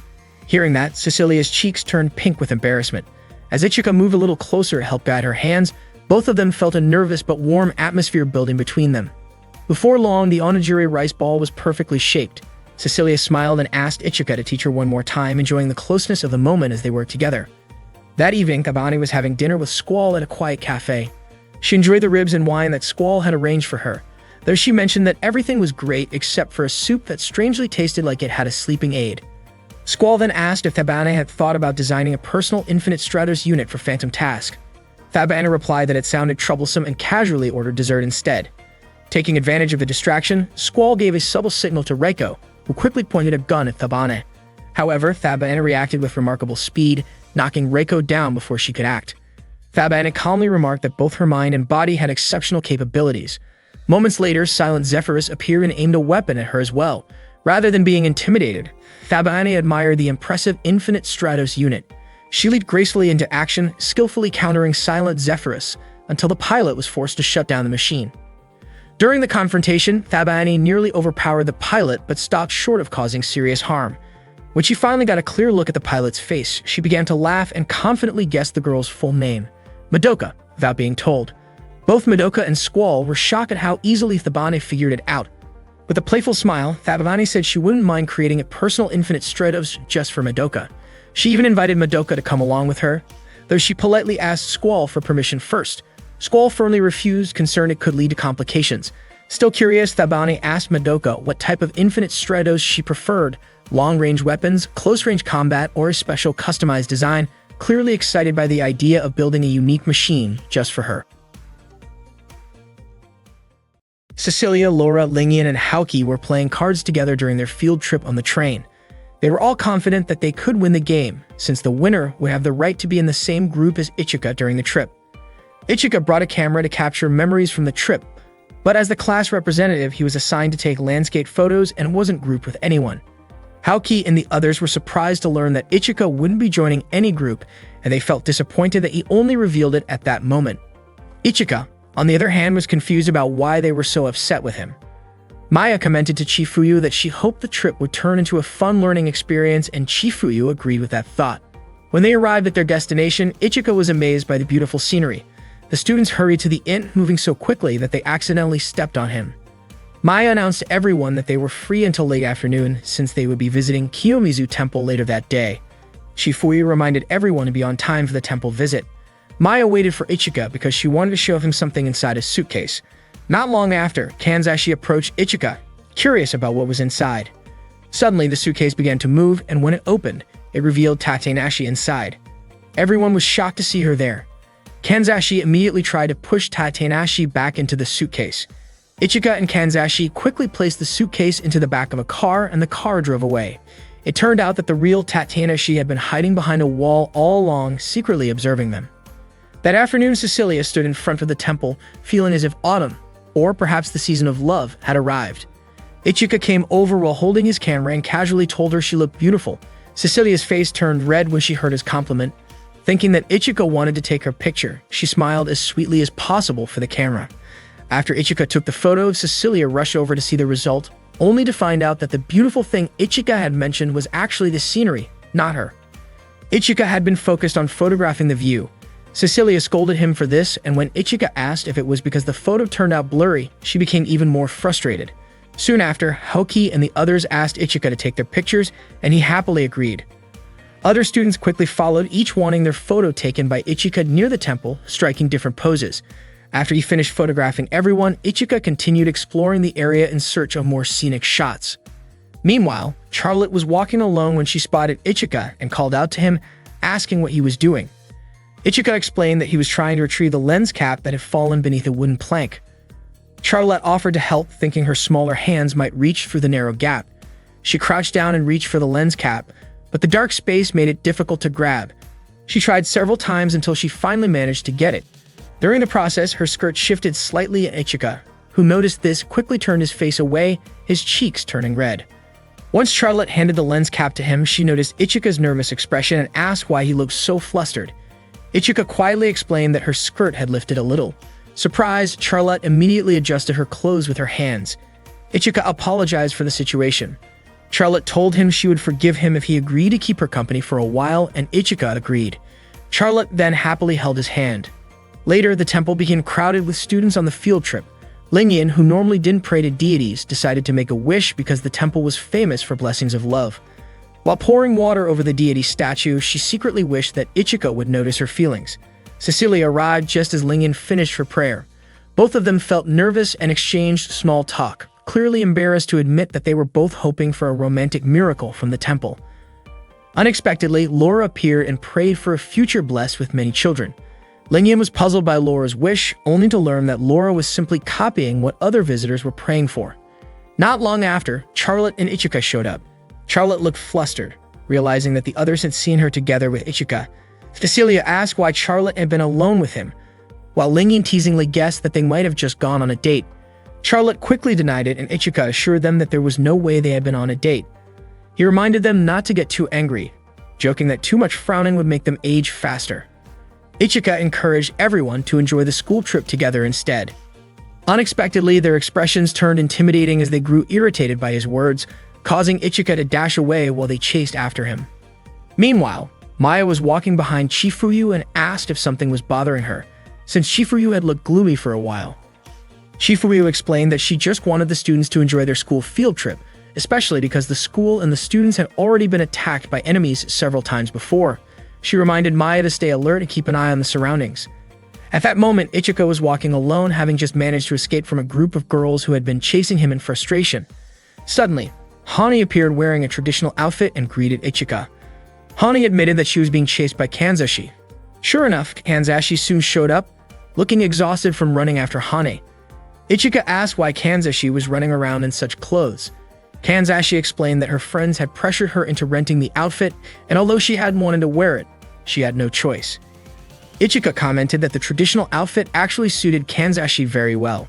Before they could continue talking, a knife suddenly flew down from above, almost hitting Ichika. It turned out that Laura had thrown it. Not long after, Charlotte, Lingyan, and Cecilia appeared, all of them looking upset because they were annoyed that Ichika had complimented Kanzashi's outfit. They immediately chased after Ichika. Without thinking, Ichika quickly carried Kanzashi in his arms and ran away. Kanzashi's face turned bright red because she was being held so close to Ichika. Unfortunately, their escape did not last long as they accidentally bumped into Haoki, who was sitting on a cart. Seeing Ichika holding Kanzashi in such a way made Haoki annoyed with him. Later, they went to a small cafe with a stunning view. Cecilia happily enjoyed her meal and thanked Ichika for treating them. Ichika was surprised and asked why he was the one paying for everyone. Lingyan replied that he should be grateful because this way they were willing to forgive him.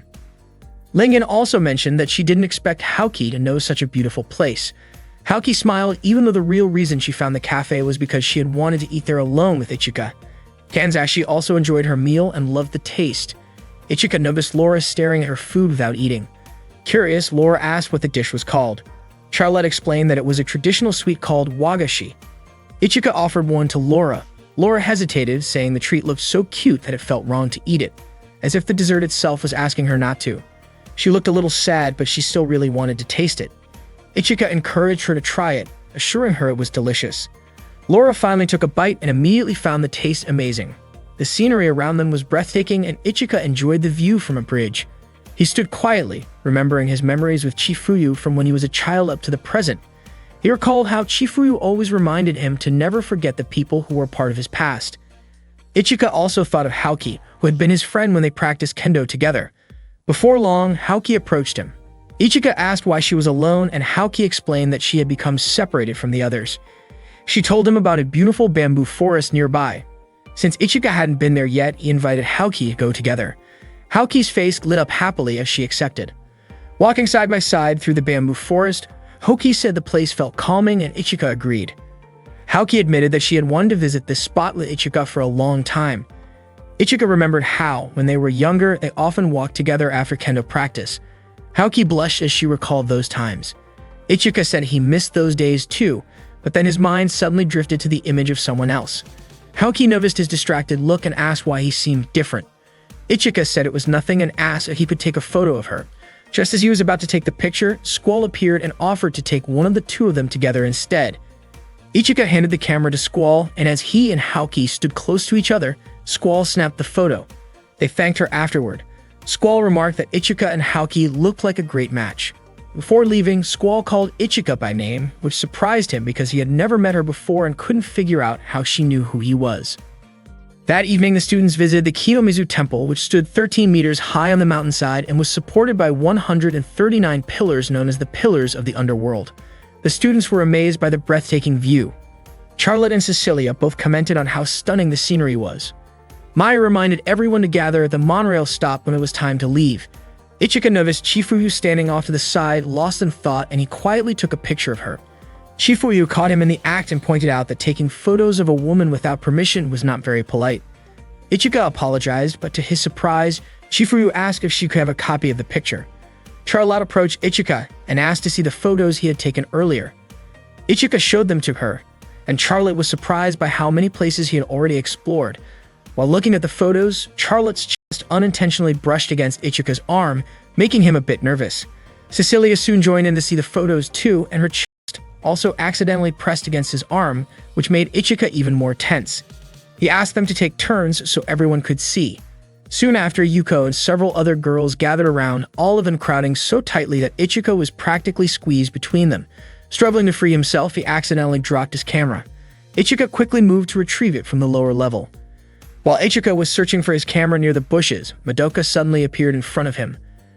Madoka said that she had come to take his life. She then activated her personal Infinite Stratos unit called Black Knight.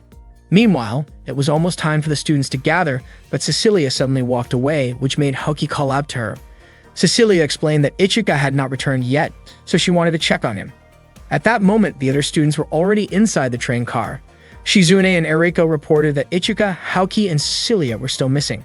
From a distance, they noticed a strange light. Chifuyu quickly told Maya to take the students to the inn first, while she would follow after finding Ichika and the others. However, to everyone's shock, the train had already been hacked, leaving Maya and the students stunned. At the same time, Squall was watching the city from a high vantage point with a serious expression. Tatanashi, who found her behavior suspicious, approached and confronted her. Squall asked if Tatanashi's Infinite Stratos was still the one once known as the Thick Fog of Moscow. Tatanashi explained that this was its old name and revealed that her current unit was called Mysterious Lady. Tatanashi then questioned what Phantom Task was planning. Instead of answering, Squall asked how much Tatanashi actually knew. Tatanashi firmly declared that she would not allow Phantom Task to act as they pleased. Squall replied that it seemed Tatanashi had arrived too late, then quickly activated her weapon and moved to restrain her. Meanwhile, the train carrying the students began to accelerate dangerously. Lingen turned to Kanzashi and asked what was happening. Kanzashi immediately tried to access the train's control system. Maya asked Chifuyu what they should do next. Chifuyu instructed Maya to contact the school to request military protection. She was shocked to realize that Phantom Task was willing to use any means necessary to attack the students. At the same time, Haoki and Cecilia were still running through the forest, calling out for Ichika. Suddenly, a blast shot past them, narrowly missing its target. The attack came from Reiko's Infinite Stratos. Haoki glared in frustration, while Reiko coldly asked if they still remembered her. Ichika demanded to know why Madoka was always targeting him. Madoka revealed that Ichika was not her true target and that her real mission was to kill Chifuyu. Ichika was stunned to hear that his older sister was the one Madoka wanted to eliminate. Without warning, Madoka unleashed a powerful attack aimed directly at him, and Ichika let out a desperate shout. Ichika lay helpless after being struck by Madoka's gunfire. Madoka was confident that with her personal Infinite Stratos, she could defeat Chifuyu, so she immediately set out to find her. At that moment, Chifuyu was on a moving monorail. She asked Kanzashi to contact the mainframe to stop the train, but it seemed the system had been hacked. Frustrated by the troublesome situation, Chifuyu tried to keep her focus. Meanwhile, Tatiana was struggling to break free from Squall's grasp. There was no way she would allow Squall to carry out her plan. Squall revealed that she had planted a bomb on the Infinite Stratos School monorail and demanded that Tatiana stop it if she could. Tatiana insisted she was capable of doing so, which only caused Squall to tighten her grip, making Tatiana wince in pain. Squall attempted to end their fight, but Tatiana transformed into mist and escaped. Activating her own Infinite Stratos, Tatiana took to the sky, but Squall immediately pursued her, launching relentless fire attacks. Tatiana skillfully dodged each blast. At the same time, Kanzashi was hacking into the programming system when Tatiana contacted her, warning that a bomb had been planted on the monorail and urging her to stay alert. They estimated about 30 minutes remained before detonation. Kanzashi quickly relayed the warning to Maya, Chifuyu, and Charlotte, letting them know there was a bomb on the train. Ichika regained consciousness and vowed not to let Madoka harm Chifuyu. Elsewhere, Reiko was firing at Hoki and Cecilia. Haoki activated Akatsubaki while Cecilia activated Blue Tears, and both immediately took flight to dodge Reiko's attacks. Madoka, still searching for Chifuyu, locked onto her location and prepared to move in, but a military unit arrived and opened fire on her. Madoka retaliated by striking back at the soldiers. Inside the monorail, Maya monitored the situation from her console and informed Chifuyu that a massive energy signal was heading toward the train while firing at the Infinite Stratos troops. Laura and Cecilia requested permission to engage, but Chifuyu ordered them to remain inside the train. Surprised by the command, Laura questioned the decision, yet Chifuyu firmly told them to stay calm and wait for her instructions. With 17 minutes left before the bomb could explode, Kanzashi continued to work on the system hack. Haoki and Cecilia kept fighting Reiko, but Haoki urged Cecilia to head for the monorail with her. Refusing to let them escape, Reiko fired again, striking Cecilia and forcing her downward. Recovering quickly, Cecilia regrouped with Haoki, and the two accelerated toward the train with Reiko in pursuit. Meanwhile, Tatiana was still battling Squall while dodging her shots. Unfortunately, Squall's strength was overwhelming, and she managed to pin Tatiana down, knocking her into the river. Madoka continued attacking the soldiers while tracking the monorail carrying Chifuyu. Maya reported that the enemy's Infinite Stratos was closing in fast. Chifuyu and the others spotted the black armored unit approaching through the window. Madoka unleashed a powerful blast at the train, but Ichika intercepted it just in time. Shocked to see him alive, Madoka could not believe her eyes. Ichika declared that he would not fall to such an attack and refused to let her advance any further. The two began their fierce battle. Ichika informed Chifuyu that he would handle Madoka, and Chifuyu warned him about the bomb, reminding him that only 10 minutes remained. Lingian and the others grew anxious for Ichika's safety, but he urged everyone to stay put and remain safe. Reiko continued chasing Haoki and Cecilia, forcing Haoki to report to Ichika that she and Cecilia would join the fight. Reiko's gunfire kept pressing Haoki, who darted through the air to evade the blasts. At the same time, Ichika flew over the river, dodging Madoka's relentless attacks. Madoka laughed loudly, amused at Ichika's struggle to keep up. Ichika retaliated with his own counterattacks, though some of Madoka's shots grazed the monorail itself. Finally, Kanzashi succeeded in unlocking the system. Chifuyu immediately ordered everyone with personal Infinite Stratos units to stop the monorail before time ran out. As the remaining minutes ticked away, Reiko continued her assault on Haoki. Haoki pushed Reiko back and forced her to the ground, calling on Cecilia to finish the fight. Cecilia then launched a long-range shot directly at Reiko, successfully defeating her. With their enemy down, Haoki and Cecilia quickly headed toward the monorail to assist the others. Ichika kept trying to shoot at Madoka, and none of his attacks managed to land. Madoka laughed at him, and the two of them switched to close-range sword combat. Ichika declared that a little brother who could not protect his older sister was not a real man. Meanwhile, Laura and the others were on top of the monorail car, quickly coming up with a strategy. Laura and Lingian planned to stop the monorail, while Charlotte would search for the bomb.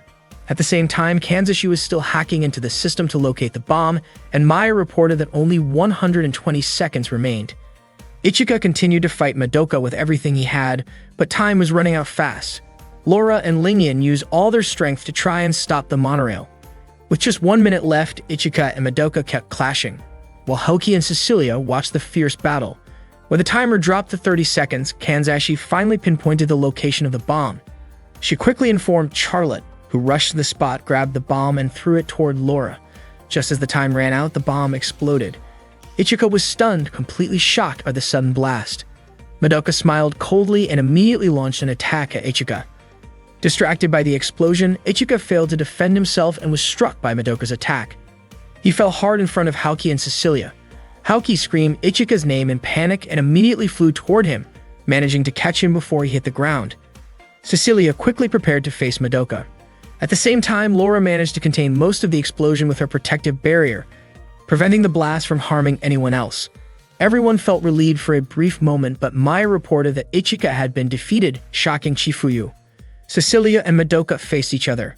Madoka demanded that Cecilia step aside, but Cecilia refused to move until Madoka destroyed her. Cecilia unleashed a barrage of attacks, but Madoka easily caught her off guard and slammed her to the ground. Just as Madoka aimed her weapon at Cecilia, Charlotte arrived in time to block the strike. Laura followed up with an attack from behind, surprising Madoka. Laura and Charlotte kept pressing forward, refusing to give Madoka any chance to escape. While the fight raged on, Ichika's consciousness drifted in another dimension, even though his body lay motionless on the ground. Haoki held him close, tears streaming down her face as she begged him to wake up. Her tears soaked Ichika's body as the evening sky darkened around them. Charlotte, Lingyan, Kanzashi, and Laura kept battling Madoka with everything they had. Despite all their combined power, they could not overpower her. Madoka's strength was overwhelming. In the other dimension, Ichika finally opened his eyes and found himself staring at someone who looked like Chifuyu. Suddenly, the entire space turned pitch black. The figure who resembled Chifuyu grabbed him by the neck and declared an intention to kill him. Ichika refused to give in, insisting that the fight was not over because his friends were still battling and he could not remain there in silence. He wished for Byakashiki to lend him even a little strength. At that moment, a silver-haired girl wearing a hat appeared, gently held his hand, and granted his wish. Back in the real world, Charlotte and the others finally managed to knock Madoka down. Cecilia seized the moment and launched a powerful finishing attack, triggering a massive explosion. Cecilia thought they had finally defeated Madoka, but to everyone's surprise, Madoka stood firm in the middle of the blast. Lingyan was stunned by Madoka's endurance. Laura quickly fired another shot, but before it could land, a glowing sphere appeared. Squall had arrived, shielding Madoka with a protective barrier. Laura and the others immediately attacked, but Squall unleashed a devastating counterattack that sent them all flying. Squall declared that they would never be able to destroy her. Tachinashi calmly replied that Squall was the one who did not understand. She prepared a long-range strike and fired with perfect accuracy, landing a direct hit on Squall. Tachinashi then called out to Ichika, urging him to act. Ichika activated his sword, Riryakubakia, and charged toward Squall. Seeing this, Madoka stepped in to block his advance. Ichika and Madoka clashed fiercely, both pushing their limits. Ichika's strike with Riryakubakia was so powerful that it shattered part of Madoka's armor, sending her pendant flying. Madoka managed to catch it just in time. Seeing Madoka in danger, Squall fired a powerful blast at Ichika, knocking him down. Squall then urged Madoka to retreat, explaining that they had already gathered enough data and could not continue the fight. Squall and Madoka quickly withdrew from the battlefield. Moments later, Ichika's friends rushed to his side, proud of the incredible effort he had shown despite the overwhelming odds. Meanwhile, Thabane and Klo were sitting on the rooftop of the shrine. Thabane asked if Chifuyu had truly enjoyed the gift she had given her. According to Klo, the gift seemed to be even more interesting than the previous unmanned Infinite Stratos. Thabane laughed and mentioned that there would be more fun things to come. She admitted she did not expect such strange events to happen. That night, Ichika was soaking in a natural hot spring. He enjoyed the open view while relaxing in the warm water, feeling as if everything that had happened that day was just a dream. Ichika kept wondering why there was a photo of Chifuyu inside Madoka's locket. Later that evening, Chifuyu and Maya were having a quiet conversation at the bar. Chifuyu commented that the day's events had taken quite a long time, and Maya agreed, saying it had been exhausting, but she was grateful that everything ended without anyone getting hurt. Chifuyu mentioned that there would still be many things to take care of afterward and told Maya to get some rest once she finished her drink. Maya felt relieved that the conflict had not caused any casualties. She also asked if there was a chance the Phantom Task might return to attack them again. Chifuyu admitted she could not say for sure whether the Phantom Task would reappear or not. That night, the bathhouse staff switched the men's outdoor hot spring to the women's section because the private reservation had been made by the all-girls Infinite Stratos Academy. Just as Ichika was finishing his soak and planning to leave the water, he suddenly heard the voices of the girls entering the bath. Panicking, Ichika quickly hid behind a large rock. confused about why they were suddenly coming in. Cecilia and Lingyan were the first to step into the hot spring. Lingyan cheerfully called out to the others to join them and enjoy the beautiful scenery. Cecilia commented that the water temperature was perfect. With no other choice, Ichika quietly submerged himself deeper into the water to avoid being discovered. Laura rinsed herself and curiously asked about a pleasant scent in the bath. Haoki explained that it was the aroma of Japanese cypress. Charlotte and Kanzashi happily remarked on how warm and soothing the bath felt. Tadanashi, shivering from the evening chill, quickly slipped into the hot water and sighed in delight, saying it felt almost like paradise. Tadanashi then glanced at Haoki with a playful smile and teased her by asking if Haoki's figure had changed again. Surprised, Haoki immediately covered herself with her arms, blushing. Tadanashi jokingly asked for permission to check, but Haoki firmly refused while Tadanashi laughed and continued to tease her in a lighthearted way. At that moment, Ichika began to feel lightheaded. His body weakened, and before he realized it, he fainted and started to drift in the middle of the hot spring. When the girls noticed someone floating in the water, they were shocked. Upon realizing it was Ichika, the group screamed in surprise and confusion. One day, Thabane was busy working in her lab when Chloe came in to let her know that she had prepared some bread for her. Thabane immediately stopped what she was doing. Her lab was filled with advanced equipment, but her eyes sparkled with excitement the moment she saw the bread Chloe had set on the table. As soon as she caught the warm, delicious aroma, Thabane's face lit up with pure delight. She made a playful request to Chloe, asking her not to be so formal. Thabane even went as far as asking Chloe to call her Mama, which made Chloe smile. Thabane was overjoyed when she noticed a freshly baked croissant among the bread. Without hesitation, she grabbed it and took a bite, cheering in excitement at how incredibly tasty it was. After enjoying her treat, she asked Chloe to deliver something for her, and Chloe gladly agreed. Meanwhile, Lingyan was spending her afternoon in the Infinite Stratos Academy cafeteria with Charlotte. Lingyan looked restless, and Charlotte teased her, guessing that Lingyan was bored because Ichika wasn't around. Lingyan quickly denied it, insisting it didn't bother her if Ichika wasn't there. She claimed her boredom came from the fact that all the Infinite Stratos units were currently under repair after an incident involving an unmanned IS attack. Lingyan worried that if the repairs took too long, they might not be able to use their own IS units due to the personal lock mode. Charlotte mentioned that Ichika had even gone all the way to the Infinite Stratos developers to help solve the issue. Without thinking, Lingyan admitted that she hoped Ichika would come back soon. Charlotte heard this and simply smiled, which made Lingyan blush. Embarrassed, Lingyan quickly added that she wasn't lonely at all. Before they could continue talking, the lights suddenly went out and every door around them slammed shut. The emergency power didn't kick in and no alarms sounded. Both girls immediately knew something was seriously wrong. A few moments later, Shifuyu sent a message to all personal IS users, instructing them to gather in a special underground room. She also sent them a map to guide the way. At the same time, Ichika was inside the Kuromoku Research Institute. He entered a high-tech room that looked strangely quiet. Suddenly, a young woman appeared with a bright smile, startling him. She playfully approached Ichika from behind and surprised him with her sudden closeness. Ichika jumped in shock, which made the woman laugh. Calling him by his full name, the woman introduced herself as Kagurabi Hikaruno, the head of the second research division at the Kuromochi Institute. Ichika was surprised she knew who he was. Hikaruno explained that Byakashiki, Ichika's IS unit, had sustained significant damage and would need maintenance there for faster repairs. Ichika asked if the maintenance would take a long time. Hikaruno reassured him and suggested he pass the time by fishing in the nearby river.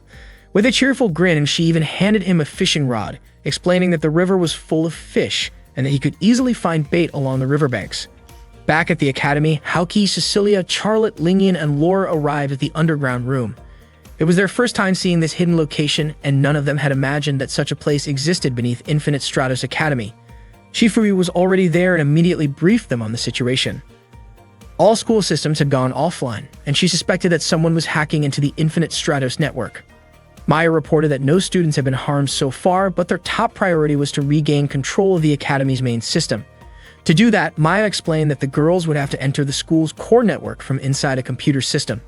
Cecilia and Lingyan were shocked by the idea, while Laura asked if it meant virtually entering the computer world using the AI's pilot testing equipment. Charlotte understood the concept in theory, but admitted she was still unsure. Shifuyu calmly instructed them to prepare for the mission. Kanzashi was assigned as their guide during the operation. Haoki and the others lay down inside a special device to begin the process. Kanzashi gave them a countdown before activating the system, and within seconds, they successfully entered the virtual world. At the same time, Shifuyu gave Tatanashi a separate mission. She tasked her with intercepting any hostile forces that might approach the academy. Since Haoki and the others would be unable to fight while inside the network, Shifuyu relied heavily on Tatanashi to protect the school. Without hesitation, Tatanashi accepted the order and immediately got ready for action. Meanwhile, the girls arrived at a place they had never been to before. They had no idea what the place was or whether they should step through the door standing in front of them. Kanzashi asked them to go inside and explained that once they entered, their communication would be cut off, leaving each of them to rely on their own choices. After hearing this, they each walked through the doors before them, and the world purge began. At the same time, Ichika was fishing by a quiet river. The calmness of the area felt completely different from the noisy atmosphere at the Infinite Stratos Academy. Suddenly, Hikaruno emerged from the water and asked if Ichika was getting tired of the constant noise from the girls at the academy. Ichika was surprised to see her. Hikaruno sat beside him and asked if he knew anything about the Infinite Stratos core network. Ichika, slightly flustered by Hikaruno's confident presence, replied with a shy smile that the Infinite Stratos core network was a communication protocol controlling space operations and connecting every computer in the world that was linked to all Infinite Stratos units. Together, they cooked the fish Ichika had caught over an open fire. Hikaruno confirmed Ichika's answer, explaining that the Infinite Stratos core network enabled the exchange of information. Through this system, Byakushiki, Ichika's personal was able to receive data about his special ability from Chifuyu's Kurezakura unit and then create its own unique feature, Shirakashi. Hikaruno added that her duty was to keep developing Infinite Stratos by constantly updating the information exchange. The world purge for Lingyan began inside a classroom. She was wearing the same middle school uniform she used to wear years ago and immediately suspected that what she was experiencing had to be some sort of trap. Before long, Ichika opened the classroom door and greeted her, catching Lingyan completely off guard. He casually mentioned that he wanted to visit her house, reminding her that in this world, they were supposed to be dating. Lingyan's face turned bright red at the thought. After school, Lingyan and Ichika walked home together, running through heavy rain. Lingyan's clothes were soaked, so Ichika quickly handed her a towel and gently helped dry her hair. Embarrassed, Lingyan thanked him. When Ichika asked if he could help her dry off further, Lingyan instantly scolded him for saying something so bold, calling him silly. She wondered if the rest of the day would stay this awkward. Suddenly, Ichika jokingly suggested that they could take a warm bath to shake off the cold rain. Lingyan, completely flustered, accused him of being inappropriate and ran into her room to change into dry clothes. As she hurried to get dressed, Ichika accidentally opened the door, startling her. Lingyan screamed in surprise and told him to stay out. Ichika immediately apologized, stepping back and insisting he didn't mean to scare her. Lingyan's heart raced as she tried to calm herself, unsure of what this strange, dreamlike situation was leading to. Meanwhile, Tatanashi was on guard in the underground corridors of Infinite Stratos Academy. She sensed the presence of intruders.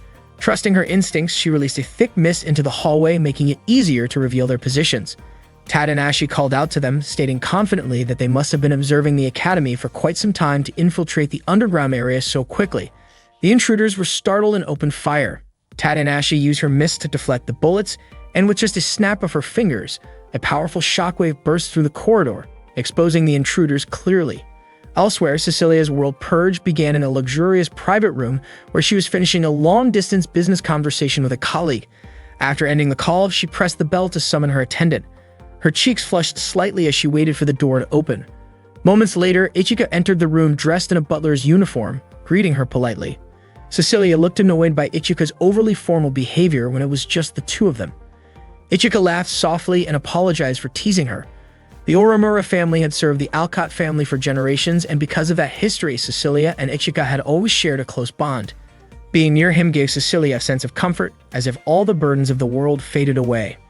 In that quiet space, she secretly wished she could stay in that peaceful feeling with Ichika forever. After preparing a warm bath, Cecilia took a deep breath and began to relax. That day felt special for her, like a small moment of comfort that only came once a week. The soft steam filled the room, giving her cheeks a gentle rosy glow. She stepped into the warm water and let it soothe her tired body. Outside the bathroom, Ichika called out, asking if he could come in to help. Cecilia smiled and agreed, knowing that Ichika simply wanted to assist her. Ichika came inside with a towel and began carefully helping Cecilia wash her back, making sure she felt comfortable and cared for. Although Cecilia felt a little shy, she appreciated the kindness and the quiet time they shared. Meanwhile, Shifuyu tied her hair back and secured several practice swords at her side. She headed toward the underground corridor, ready to face the enemy forces that had infiltrated the area. With calm determination, she prepared for a fierce battle. In another world purge scenario, Charlotte found herself working as a maid inside Ichika's grand estate. While cleaning the room, she was surprised when Ichika handed her a beautiful dress as a thoughtful gift. Charlotte blushed, not expecting such a gesture, but she felt happy and thanked him warmly. Ichika told her that she didn't need to use any formal titles and could simply call him by his name. Charlotte smiled softly, appreciating his kindness and the gentle atmosphere between them. Elsewhere, Tatiana faced a group of intruders. Moving swiftly, she dodged a series of attacks and skillfully countered each one with precise kicks and quick maneuvers. The enemy squad was no match for her speed and strategy, and she defeated them with remarkable ease. At the same time, an Infinite Stratos unit piloted by the leader of the American forces broke through the underground passage. Chifuyu stood ready, raising her weapon and meeting the challenge head-on. When she realized the machine was Brynhildr, she steadied her grip and declared that the opponent should prepare for a true test of skill. Another world purge sequence began for Laura, who was happily waiting for Ichika to finish cooking. Soon, Ichika brought her a perfectly made omelet, which made Laura beam with gratitude. Since it was Laura's day off, Ichika decided to use a request coupon he had earned earlier. Laura tilted her head curiously, wondering what you would ask for. Instead of anything strange, Ichika simply requested that they spend the afternoon together, enjoying a peaceful and relaxing time. Laura blushed lightly at the unexpected sweetness and agreed with a small smile.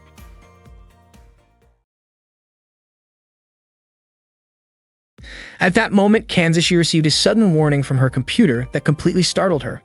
Meanwhile, Tatiana had already defeated all the intruding American forces.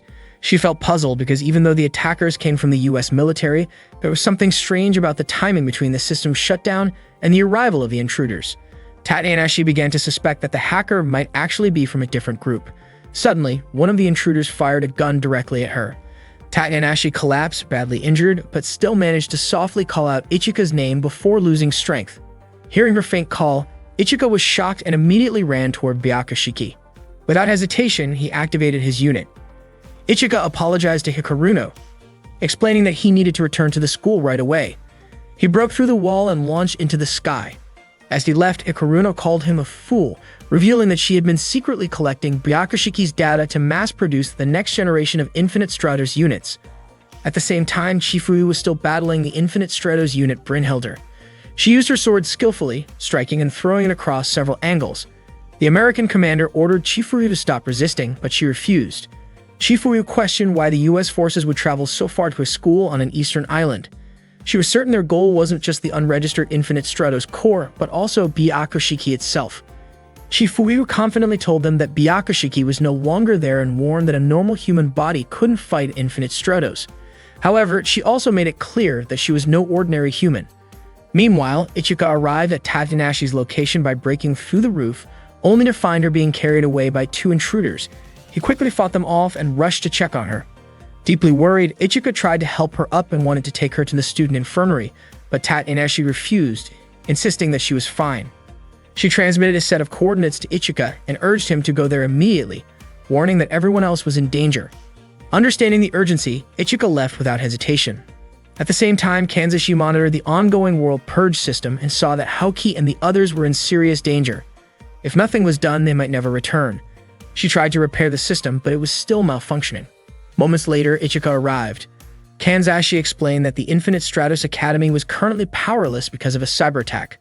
Haoki and the others had to enter the computer's inner system to regain control, but now they were unconscious and couldn't wake up. Kanzashi asked Ichika to follow them into the system to help bring them back. Although Ichika didn't fully understand how it worked, he was determined to save his friends. He entered the device and began the world purge sequence. Inside the system, Ichika encountered a strange and unsettling situation.